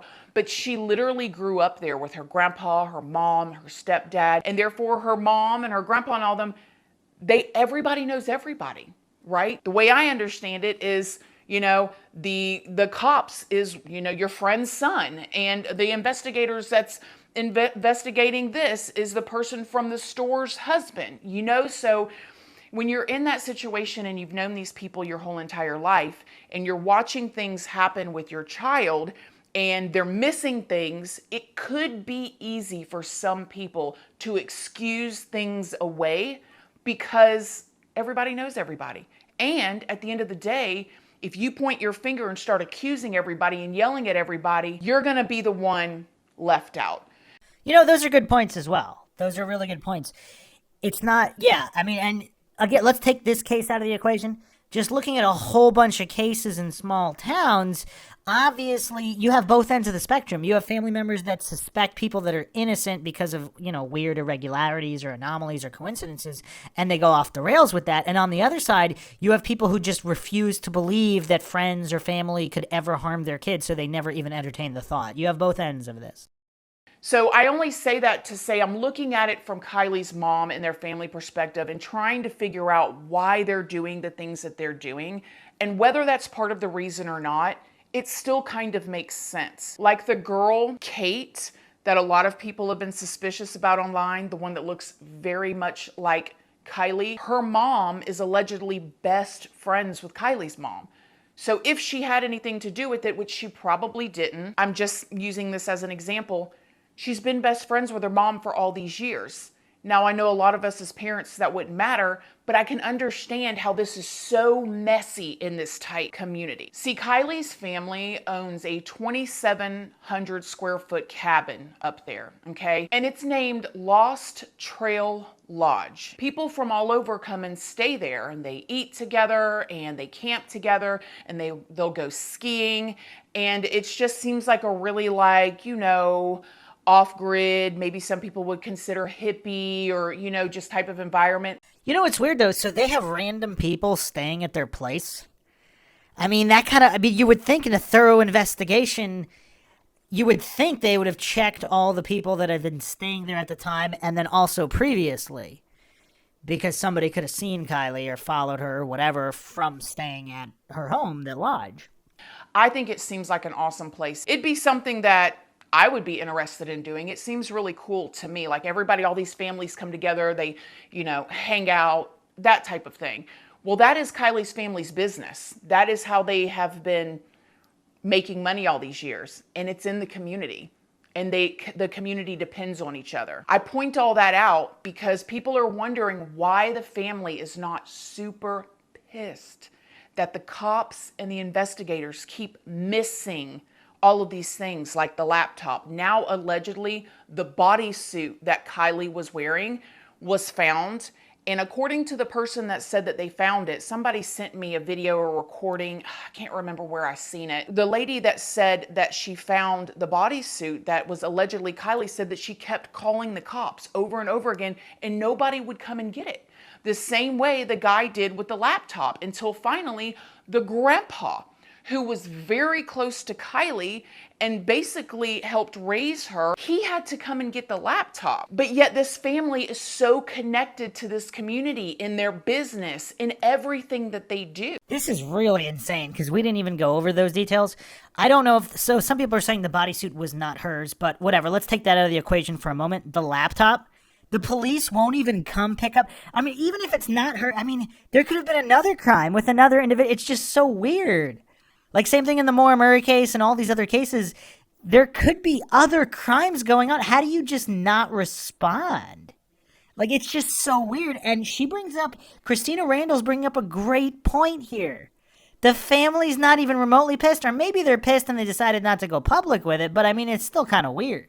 Now, as I'm talking about how everything is connected, check this out. Somebody sent me a clip of a video over on Instagram of a YouTuber's name of Duty Ron, who I believe, Lord, don't let me get this wrong, is ex-law enforcement. I'm gonna leave the video linked down below for you guys. You can go watch the whole entire thing. He was doing an interview with a New York City chief named Barbara Butcher. Now, this is a woman who is very experienced, okay? She ain't wet behind the ears. She's been doing this for a long time in a huge area like New York City, and she knows a thing or two, okay? Because you guys know that typically ex-law enforcement, they're not going to call out other law enforcement. And mind you guys, I'm a supporter of law enforcement. I do believe that the vast majority of law enforcement have the right heart. They're in it for the right reasons, and they can only do what they can do, okay? But unfortunately, in these last few cases, like Kiely Rodni and the Brian Laundrie Gabby Petito situation, we've been seeing a whole lot of mess ups, and the Jelani Day and a few more. But I digress. You get what I'm saying here.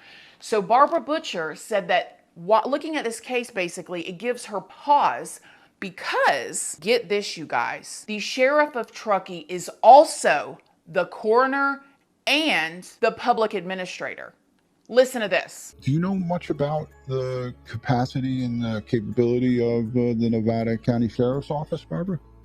No, it's well, first, as people have heard me complain about in the past, it's a system that gives me pause. And that is that the sheriff and the coroner and the public administrator are all the same person.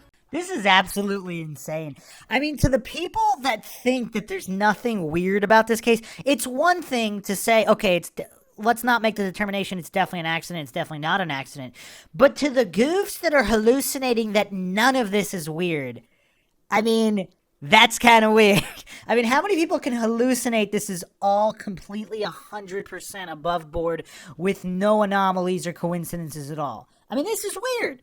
And there's another demographic of goofs who say, oh, not everything's a conspiracy. Obviously not. There's thousands, tens of thousands, hundreds of thousands of cases that nobody's talking about because there was no conspiracy.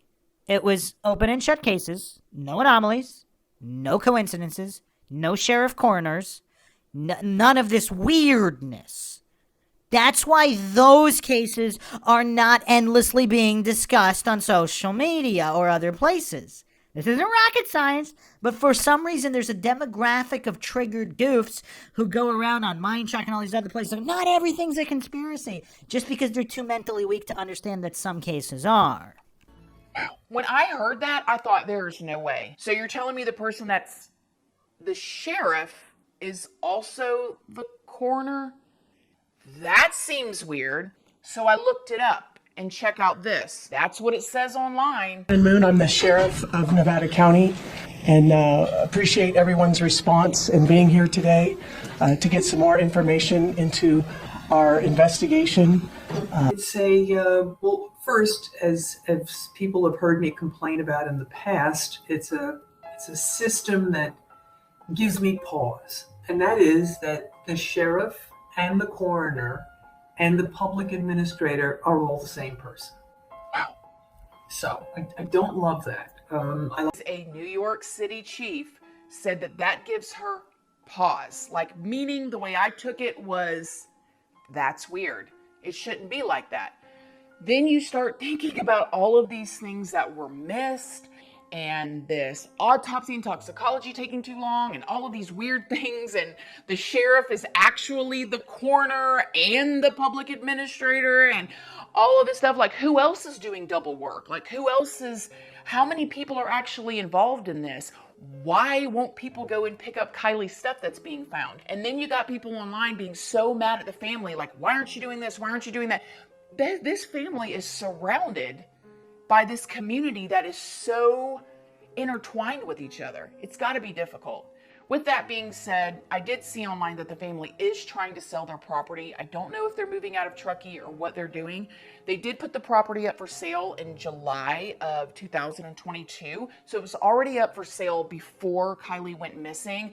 But from what I read, they're really trying to push it now. And that's where Kiely grew up. Like, there's so many wonderful memories there. It's probably very difficult. So with all that being said, I do ask you guys to give the family a break. Like, they're hurting. We may not agree with everything that they're saying. We may believe we would do things differently, but when you really put yourself in their shoes and what they're surrounded with and what they're dealing with, it is a lot. Now, concerning Jagger, Kiely's ex, there's an article that was just put out by the U.S. Sun, and I will leave it linked down below, that says that investigators are saying he is not a suspect at all. I'm just going to relay the information. That's what they're saying. And then also, it is alleged that Jagger is actually staying with Kiely's family right now. So, what do I think happened as of now? Has my mind changed on things? Well, a little bit. It kind of has, but maybe not in the way that you think. So, there is a video online of, I'm going to leave it linked down below, an interview that was allegedly done with a young lady who was also at the party. Now, her voice has been changed, but I listened to it. Some of my friends listened to it. And it does sound credible. And I say it sounds credible because it doesn't sound over the top and sensationalized. But she said in there that she's seen Kiely there at the party and that it was freezing cold that night, that it had been raining all day. And she said that when she saw Kiely was so like inebriated she could barely walk. But she looked happy and like she was having a good time. She also said that when she saw Kiely, she pretty much didn't really see her around Sammy, even though Sammy is going around saying she was with her the whole time. I have so much more that I could say about that situation and matching up things that don't add up, but I'm gonna let that go, okay?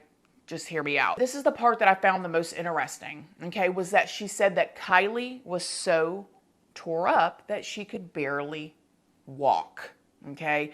If she could barely walk, I seriously doubt that she tried to drive. I just don't believe it. I don't believe she drove. So I think one of two things happened. And this is just my personal opinion. I think, like I said in the very beginning, she took something. We all know there's all kind of things going around right now. Sweet tarts, please educate yourselves, especially if you have children of any school age. Please educate yourself on these sweet tart fentanyls that are going around and children. It's just very sad. But I think maybe she took something, maybe OD'd accidentally. I don't think it was on purpose or anything, but maybe OD'd, was put in the vehicle, and the vehicle was pushed. I mean, if that is what happened and people close to law enforcement, the family members, whatever, obviously they would not do the toxicology tests because that would expose that. And since they didn't, what does that mean? Into the lake. If the whole, AAA driver story is true, that seems like that could have happened. Or I'm wondering now, after listening to the interview from the young lady that was at the party, if she was super drunk, barely walking, and maybe, it was time for her to go home, or she was ready to go home, and she was going to have a friend drive her. Maybe she got into the back seat part, not the trunk area part, maybe the back seat part to lay down like we do when we're tore all the way up and the world is spinning. Oh, y'all have never been there. Just me. It's like a roller coaster ride, honey, laying in your bed. It is not fun. Maybe she got back there, laid down. Maybe this other person that was driving her was not familiar with the roads like Kiely was, because even Kiely's grandpa said she was very, very familiar with those roads. And maybe this person took the wrong turn, drove into the lake, and they were able to get out of one of those windows, and she wasn't, okay? And maybe with her being in the back seat, with the car dipping down and flipping, maybe that's how her body ended up in that back hatch part. But for her to get from the driver's seat to the back hatch seems like a bit of a stretch. That's a good point. That's a good point. So if water is found in her lungs when the autopsy report comes out, if they ever do actually release it, I mean, she is a minor, and I do think that they can not release it some way, somehow. So this is actually from before the release, and there is no water in the lungs, so that's curious. That's what I'm going to think happened. When we say accident, I do think that that would be an accident. But if it was an accident like that, where somebody else was driving, it still should come forward. It should not be brushed under the rug. But I can also see why, if there is a person that did do that, why they haven't come forward, because they could get in really big trouble. And you know what's weird too? If the family members and the whole community believes that person, like let's say they know who that person is, if they believe with 100% certainty that that person did not intend to harm her and they were trying to help her, would they cover all this up for that person? I don't know. I'm just asking the questions. And possibly go to prison. What do you guys think? Do you guys think that it's possible that she drove in there by herself? It is possible. I mean, I don't know everything. I just find it hard to believe with everything that we know, and the fact that nobody's seen her get in her car and drive. And the fact that so many of these kids are so quiet. It's just all too weird, and there's too many coinkydinks for me. Actually, we have to go over one more video. This is Mindshock. We're exhaustive and comprehensive. Christina Randall also had one other video, and also showing the interviews with so-called friends. Let's take a look at them. Anyways, before they actually searched for Kiely in the water, they stopped at a Walmart, okay? And when they stopped at a Walmart, a man came up to them that was like a fan of them or watched them on YouTube, and he is a AAA driver. Now, he did an interview. He said that the day before Kiely went missing, or the morning after at around 11 a.m. or 12 p.m., he saw Kiely, and he ran into her because her car was broke down, and she called AAA from a friend's phone, and he showed up. He was asked to show on a map exactly where he went and where he found her, and this is where this man says he saw Kiely. He said that she was in Boca. Now, as the conversation went on, it really sounded like he said he checked his GPS and that he found that he had went to Boca on Saturday and Sunday, which says that he is saying, I don't know if he is telling the truth or if this is right, but if what he is saying is true or right, he saw Kiely on Saturday morning at 11 a.m. to 12 p.m. And then you've also got to remember that Kiely's mom said she got a text message from Kiely around 11:30 p.m. Friday night saying that she would be home in just 45 minutes. Then at 12:30, her phone goes dead. But now we have this AAA tow truck driver saying that he saw her in Boca at 11 a.m. to 12 p.m. the next day on Saturday morning. Which means she never drove home like she told her mom she would be home in 45 minutes, and she was in Boca with a guy. Now, this AAA driver starts describing what he saw when he was interacting with Kiely. He said that she called from her friend's phone, who happened to be a guy there with her, because her phone was dead. She had a phone on her at the time. She did state that her phone was dead. Her phone. And so she used whatever guy, whoever this was, she used his phone. So some theories are that this driver, technician, whatever guy, if he had something to do with what happened, or if he was even the guy with her, he made up that story to explain away possible fingerprints or DNA of his being found in the vehicle by claiming that he helped with the vehicle and the seatbelt, etc., etc. Is that a viable theory? I don't know. Would he randomly go up to them at a Walmart? I mean, I don't know. Just going over different theories. So that's how she did get in contact. Who was asking this? Was the guy that she was with right there too? Or on the opposite side of the car. So he could hear the conversation as well? Every single time the guy would come over to us, she would go on to the other side, and it was just like a back and forth, like a tag team. Better to say, like one person would come over, she wouldn't stay near him, and then it would go vice versa. For the people that think this guy's lying, I mean, maybe he is. If he is, he would have to be a sociopathic psychopath based on my observations here. He's looking these guys dead in the eye. He's not shifting, averting eye contact, being any kind of sketchy or deceptive. So, again, just my opinion, but in my opinion here, if he's lying, and he is some kind of serial killer or whatever, yeah, he's very good at it. Either that or he's not lying. Now, if he's not lying, that still doesn't mean he saw her. He could have seen someone who looks like her, but again, you would think that could be verified, but who knows? Or if we were at the front of the car going about the battery and talking about the battery, he was always on one side, she was on the other. They were never close to each other. It was uncomfortable. Yeah, because that screams awkwardness and someone being uncomfortable. And when in that scenario, if he was there with her, anybody else around? There was people far back here, yes, but not near her, no. I did notice that, like, she was very hesitant and very skeptical on everything that was going on. She was asking me really weird questions, like in the sense of, how do you put on your seatbelt correctly? And like, okay, and she asked me to show her on how to connect it to like her actual belt. After that, she was stating on how she was there all night and she couldn't get her vehicle started due to the fact that now we both realized it was in neutral. She was wearing a sweatshirt, so it looked like she has been there for quite a while. There was a guy there that was with her at time being. He was wearing a black San Francisco flat top ball cap facing forwards. Brown hair that's sticking out just a little bit on the sides. It was kind of like they were both kind of at unease is what it looked like for me, like as if either they had a crazy night or a crazy day or there's something going on I couldn't know, and at the time I didn't realize what was going on. But other than that, he was I mean, a thinner built guy is the best way I could put it, with a bro tank, and it was a white bro tank. He had some freckles on his face, like, or maybe it was like acne or whatnot, but it was on both sides of his face. The other thing that's kind of clear, this guy, he clearly remembers some details and not other details, which is interesting. Again, that's more consistent with telling the truth. Now, after that description, people online are going wild because it seems like this tow truck driver described Kiely's ex-boyfriend, Jagger, to a T.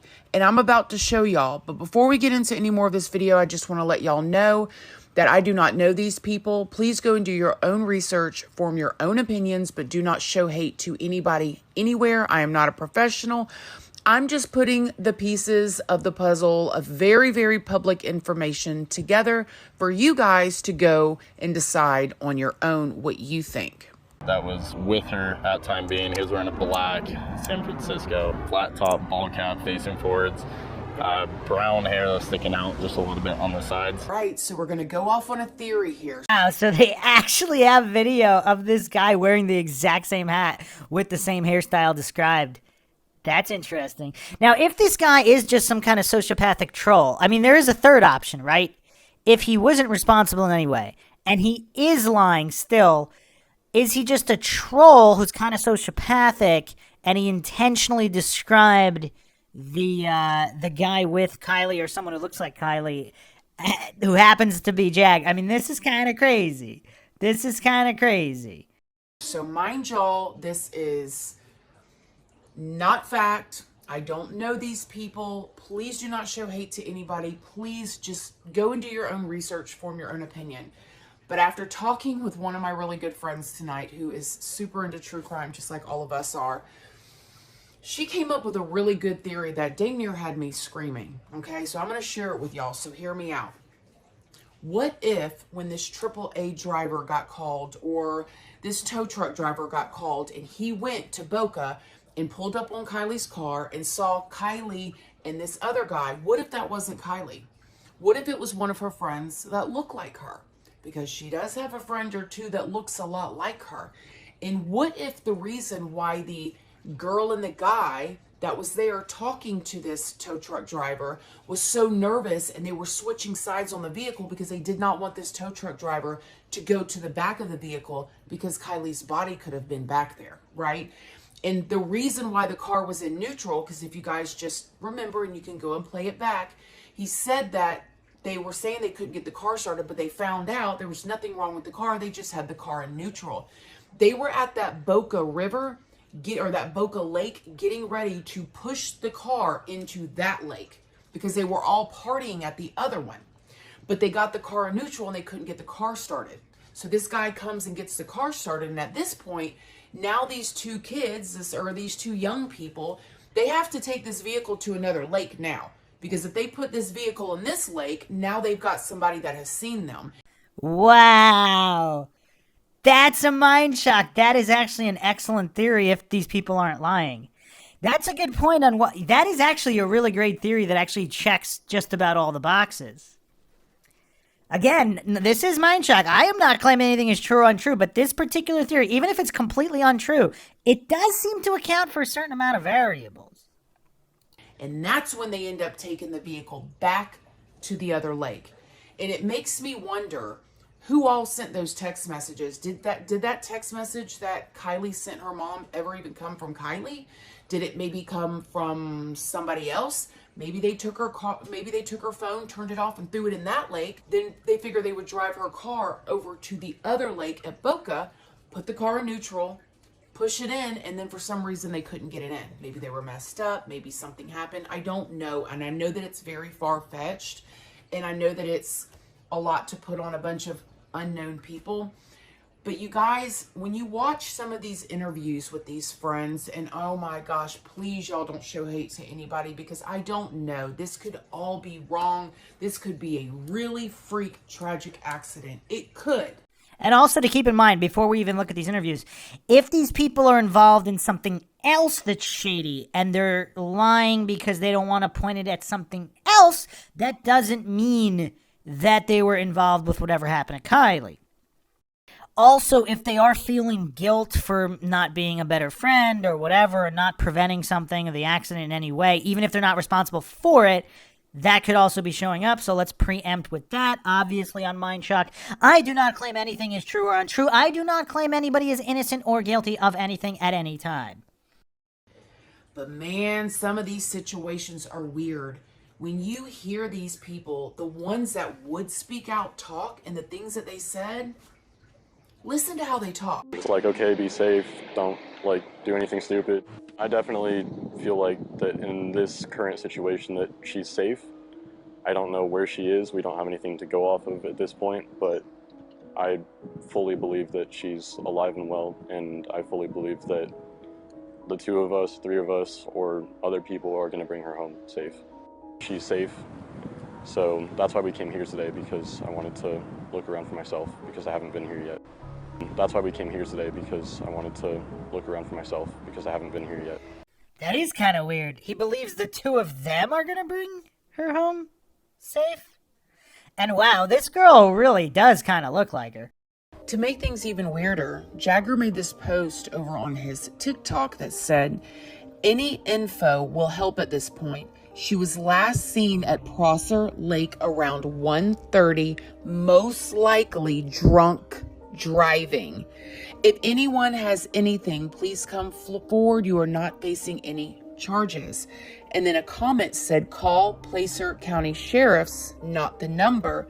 And then Jagger responds, "Me or the sheriff. We are all working in the same thing, and the sheriff would like me to filter through any information I can before it gets to them."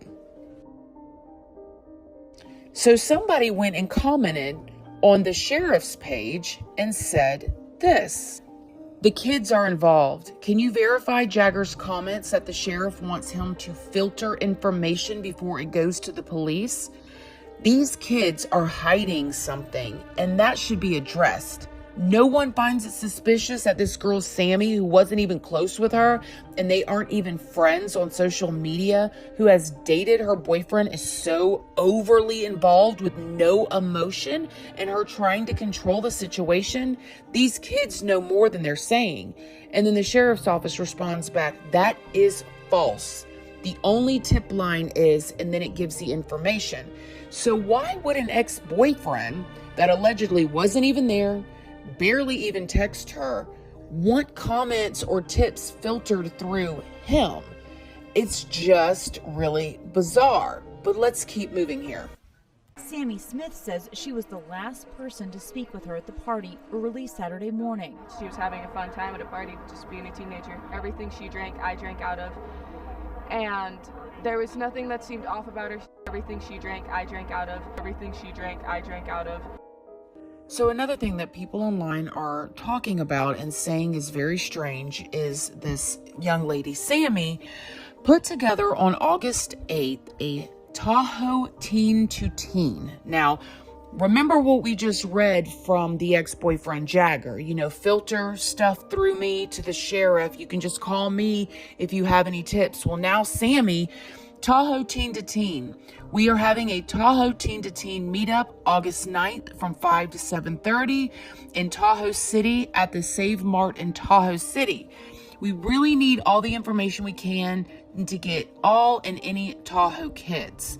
We have had a lack of reach out from many Tahoe kids who were at the party and may know information. There will be no parents or adults or cops at all. We are only trying to help Kiely, and all reports can be made anonymous if asked, and all people interviewing will act as if they've never met with you. So, you know, this could be a really awesome try to help find some information on your missing friend.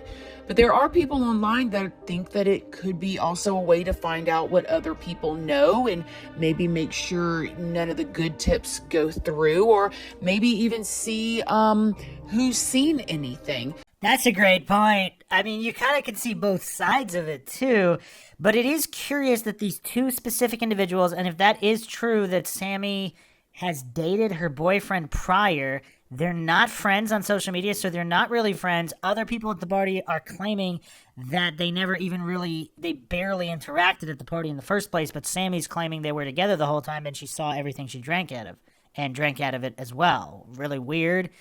I mean, this is weird. I mean, I don't know. It's kind of weird. So people are very suspicious.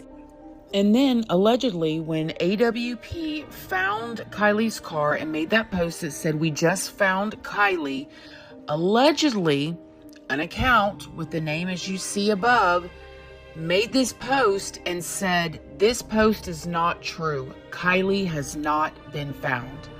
Almost like whoever made this post was really hoping that she wasn't found. I mean, I don't know about that. If people that are close to her, they might have thought it was a hoax or whatever, because the police at that, I don't know, did the police, if they're not 100% up to date, they might have thought it was a hoax, and obviously people close to a victim could react in certain ways like that before they got the info. Because obviously it'd be all over the place soon enough, so what would be the purpose of trying to control the narrative at that point?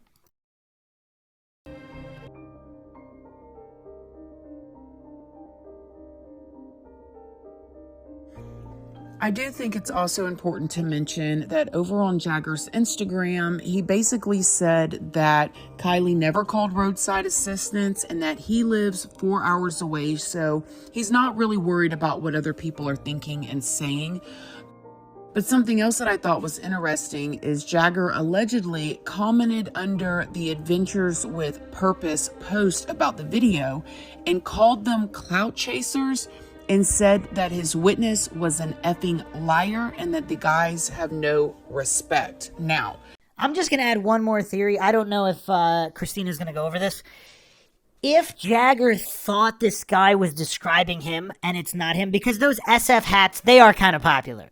And not every single teenage boy or, you know, of that in that age group, they don't all have super short or super long hair. Some of them have medium length hair like he does, and they could stick out of the side of the hat. So a hat that's that popular, he might have thought, what if Jagger really thought that Adventures with a Purpose, like he doesn't know them, if he thought they were some type of grifters or something and just wanted to be edgy for attention, maybe he thought they staged this specifically to make him look like he's the culprit, even if he's not. Because, again, I don't know his intelligence level. It doesn't seem to be extremely high. If it were high, you would think this guy wouldn't want to bring attention to himself by posting all of these expletives that he posted, right? Again, but it could go either way, obviously. I'm just saying, if he is 100% innocent, you could see how he maybe could react with this kind of intensity and aggressiveness if he thought they were intentionally trying to frame him if he is innocent. I don't know nothing about clout chasing for AWP. They've got 2.5 million subscribers. They're doing pretty good. I really doubt they're clout chasing off of this situation with Kiely Rodni. And I definitely believe that AWP has good intentions and they're trying to help. However, your witness is a liar. Now, this part is still debatable. The guy that is the tow truck driver or the roadside assistance, we don't know if what he is saying is accurate just yet. But hopefully we will find out. And I hope we get to see what that dash cam footage shows. Y'all, it is 11 o'clock at night and I'm still going at it. But hear me out here. So I want y'all to take another look at Kiely's car. And remember, her body was found all the way in the back. Not the back seat, but that little hatchback, trunkish type of part. And now I want you to take a look at what the back seat looks like in a 2013 Honda CR-V. I cannot see how that body got back there unless it was put back there before. You guys, things are just not adding up. You've got 300 teenagers and up out at a party, and nobody knew what happened to her. On the other hand, let me just interject with this, because regardless of how dumb you are, if you're staging this, why would you not put her body in the front if this is just a straight staging? The other theory about her maybe going to sleep in the back seat and possibly somehow the car flipping from the back seat to the trunk area is a little bit more plausible than the front seat or the driver's seat all the way to the back trunk area. That seems like a slightly more plausible theory to me. Now, is it possible? Here's another theory. I might call this the McGuire theory. Let's say there was an overdose, either intentional or not. She's dead or dying, passed out, whatever. So these people, whoever's responsible, whether it's Sammy, Jagger, whatever, or other people, as of yet unnamed or otherwise, they put her in the back seat sleeping, and they get another person to say, oh, can you drive her? And that other person doesn't know that they either spiked her drink or there was some kind of an accident and that she's dead or dying. So they don't know. That way there's a layer of protection there for the people that are responsible. And the people that are responsible, if it was truly accidental and they did not wish to harm her, they think they're being smart. I guess that is kind of being smarter if they're trying to get away with it, to try to get someone else, a third party, to drive her who has nothing to do with or has no knowledge of anything prior. I'm going to call that the McGuire theory for now. It still doesn't explain everything, though. Okay, you've got friends who, a lot of her friends said that she was such a good girl, she would never drink and drive, she da-da-da-da, now online saying that, oh, she was probably drunk driving, oh, she probably did this, oh, it's just so bizarre. Somebody knows something, okay? Somebody's seen something. The part that I did not tell y'all was there was another video by a YouTube channel named Zav Girl. And she did an interview with Jared, and I will leave that video linked down below as well, from AWP. And he said that they have got so much more footage of that interview with that guy and the interview with the tow truck driver, that's who we're talking about here. He had a dash cam, and the whole thing was filmed, but it's been locked under investigation, okay? And when Jared from AWP was asked if they thought it was foul play, he said, I don't even know for sure if it was with Kiely, but does he give you more of a description to where you guys know who it might be? It is, I mean, I think that everybody's already speculating, in any additional information that I would provide. So, I have to be careful in what it is that we do say and what we put out there for certain reasons. So, we put out what we can at this moment in time, and like I said, we will put out a lot more later on if it goes down into that direction that law enforcement take it. So from everything that you've seen in your experience, if you had to guess, I mean, would you guess that there was foul play involved in this one? You had to guess. I'm just going, I'll say this, I would not have put that in our title if we thought it was nothing more than an accident. It's open for, interpretation, speculation at this point. There's an entire other theory that it would blow your mind if I even told you based upon additional. Whoa. Even just going with let's see, without giving away too much, and without me saying anything really. If you think about the two people that are moving around the vehicle, there could be more to that story. And somebody knows something. A lot of people know something. Now, I don't know how true this is, and y'all can let me know down below, but people have been emailing me and DMing me and telling me that one of these kids, well, they're 18 and up, okay, the ones that we've been talking about, but one of these people that are really close to Kiely that's involved in all this has a family in law enforcement. I hope this ain't no cover-up. It's some weird stuff going on, okay? And it ain't allegedly, you know, and y'all know, I sure hope it ain't no cover-up, man. Because it ain't looking good. Something's not right. It's not right. It's very bizarre that they told AWP there is no need for you to search that lake. We have searched it up and down and sideways. And allegedly, according to AWP, an anonymous, you know, division called them in to help. I wonder if somebody really did call in to help, but if they did, it sure wasn't the locals, I don't think. Okay, it may have been somebody from outside. Well, hold on a second. Or it was a local who knew there was funny business going on with law enforcement. So he called them in because he didn't trust that law enforcement was truly doing everything they could to find her, or there was suspicion of a cover-up immediately, which is why they were called in. That seems to be the most plausible at this point for me. But they told them, you do not need to search that lake because we've already searched it, and that car was right there.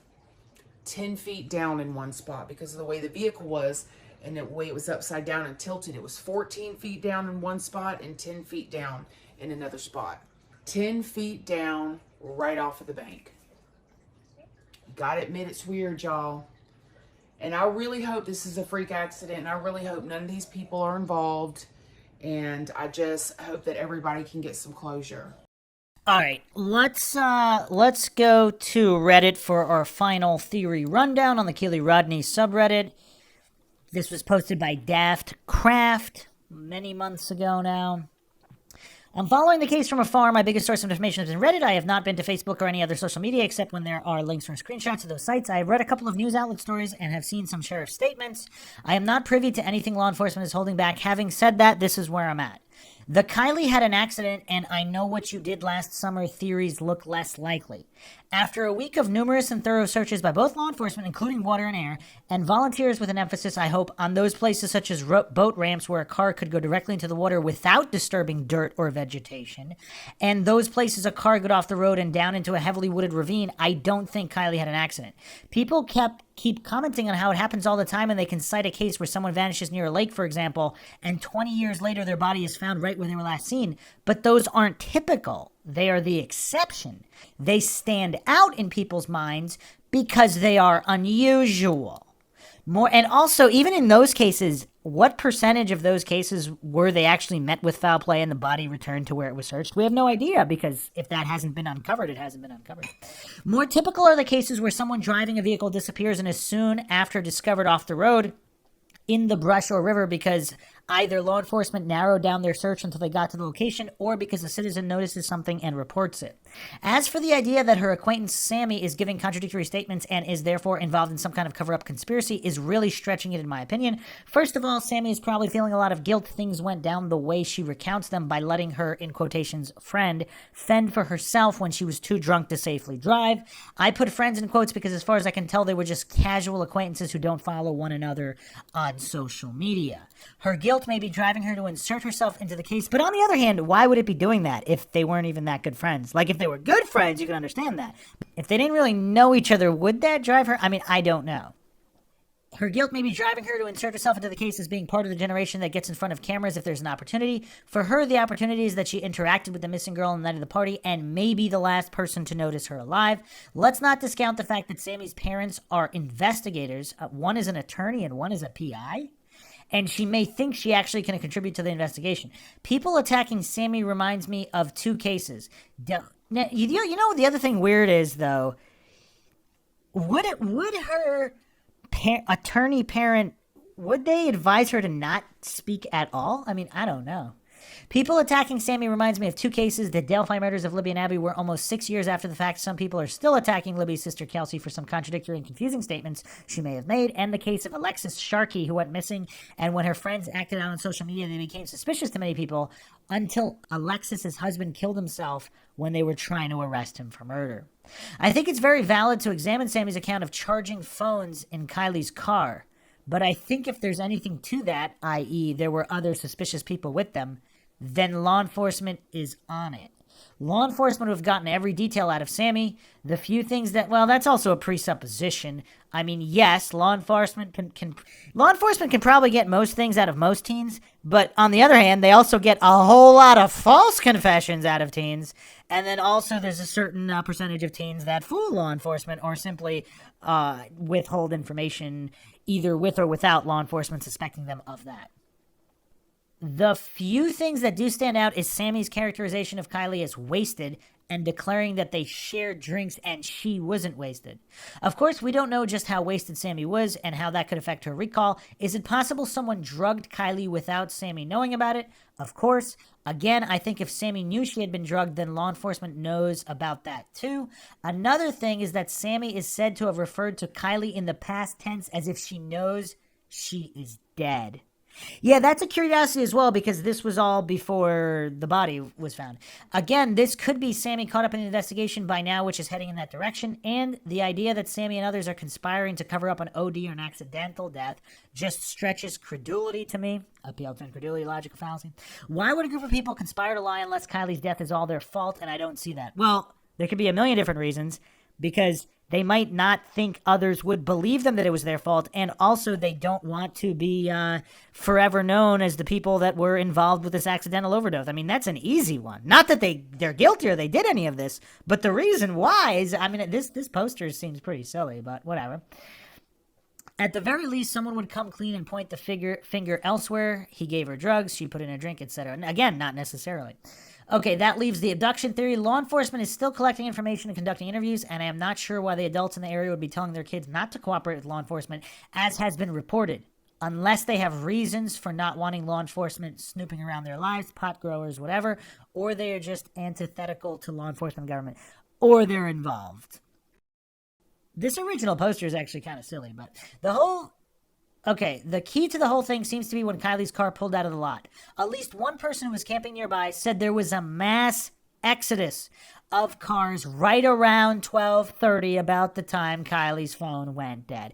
See, yeah, I can't write this off. I just can't do it. 12:30 to me does not seem early enough in the evening for a party on a weekend with teens of, I mean, I just can't, it's just, I don't know. Again, unless we have controls. In that area, do parties typically end at 12:30 with mass exoduses? If true, if that really is common, then okay. But if that's not common, this one would stand out. And the fact that it would be coincidental, that's a tough one. This is interesting, but again, if something bad happened that made hundreds of people leave suddenly, then some of the people would have gone straight to law enforcement, especially in a scenario in which local kids saw older out-of-town males do something. Again, what if they weren't out-of-towners and they were their friends and family? Maybe they'd go straight to their parents and then to law enforcement. Again, I don't know everything law enforcement knows.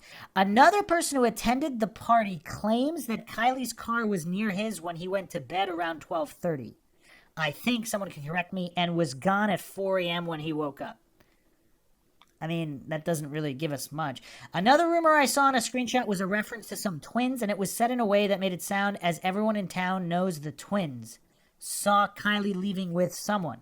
It wasn't clear if she was leaving in her car, another car, or walking around the party site into the woods, for example. You put all this together, and it seems as if Kiely may have been too impaired to drive, and she could have decided to catch some sleep in her car, or she may have asked for help, or could have been approached by someone offering to help her. Reports of Kiely being impaired do make it sound as if she was slipped something. I am sure law enforcement is finding out if anyone else was unknowingly drugged at the party. If she was approached by someone offering her help, and her defenses would have been almost totally down, it could have been the person who drugged her and watched her, or someone who just started watching her because she's young and attractive and wasted. Alternatively, someone aware of her state could have waited until she fell asleep in her car, until the party site was fairly quiet with other people sleeping, and could have slipped into her car and driven out. The old-time locals that kept reminiscing about how safe these parties were 30 years ago didn't have social media to contend with. From what I can tell, this party was promoted far and wide from Sacramento to Las Vegas? Whoa, that opens the door to some nefarious activity. So if this really was some deviant criminal scumbag and he targeted her, then tried to drive the vehicle away with her in the trunk, got into the... But again, it still doesn't explain law enforcement connections if he was an out-of-towner. Yeah, that's tough. Part of the reason for that could have been to get older people to bring booze and weed and maybe other drugs, and one or more of those people could be the bad actors, and maybe they are the local bad actors. To me, that means Kiely's car is either in a garage or barn or other structure somewhere, maybe deep in the woods, or it will eventually show up in the parking lot in one of the larger cities such as Vegas or Reno or Sacramento. Law enforcement asking if anyone has seen her necklaces certainly make it appear that law enforcement is thinking along those lines, an abduction of some kind in which the perp or perps also stole from Kiely. So here's the thing. So this was before she was found and her car was found. Now that her car has been found in an area specifically and explicitly searched, and a supposed cover-up regarding the search, does that bring light to lessening the possibility that it was an out-of-towner? Also, other commenters here are stating the mother has stated it was not normal for her to let her battery die, so she would have connected the charger immediately. The original poster did have an interesting follow-up post here regarding Occam's razor, which, again, I haven't heard anybody invoke it properly as related to true crime as of yet. Maybe one day somebody would. This is actually the first time, but it's against someone else invoking Occam's razor. Wouldn't Occam's razor... So, NKRCH posted... I'm more an Occam's razor type thinking, so for me, I think she took off in no fit state and had an accident. So the original poster here responded, wouldn't Occam's razor outcome means that her vehicle is located in the first day or two of heavy-duty searching? That is true. Occam's razor would be Kiely getting behind the wheel, driving onto the boat ramp or going off the road and ending up in the water, and her car being found shortly thereafter. It seems to me that when you have cases where someone disappears and it seems as if they must be nearby and bodies of water are searched and nothing found, and then years later a person and car are found nearby by a fisherman, then it's already not a case of Occam's razor. And that's a very good point there, because if it was an Occam's razor situation, and there was none of these other variables, which Occam's razor does not promote the ignoring of anomalies, coincidences, and mountains of evidence like a lot of goofs think. So that's what we have here for now. I mean, this is definitely a puzzling one. I can see why it's been requested on Mindshock so many times. Because no matter how you look at it, it's fishy. I mean, it's just fishy. It's weird. It's weird. Regardless of what happened, it's weird. It's a non-normal situation. And coupled with all of these variables and all of this information that it seems like all the evidence is there to solve this. Regarding when exactly the vehicle went into the water. And what else is going on with this technician guy with the dash cam and all these other individuals. So, yeah, I mean, there we have it. As there is more information, I will be doing follow-up episodes. So hope everybody found another edition of Mindshock True Crime interesting and informative. If you want to help support the podcast, you can donate to our PayPal or become a YouTube member right here on YouTube. Make sure you're subscribed, like, and share, Twitter, Facebook, Reddit, Patreon. Questions, comments, theories, thoughts, suggestions, rebuttals, debunkings of any kind, leave them in the comment section. This is Bruce McGuire signing off. Catch you guys next time.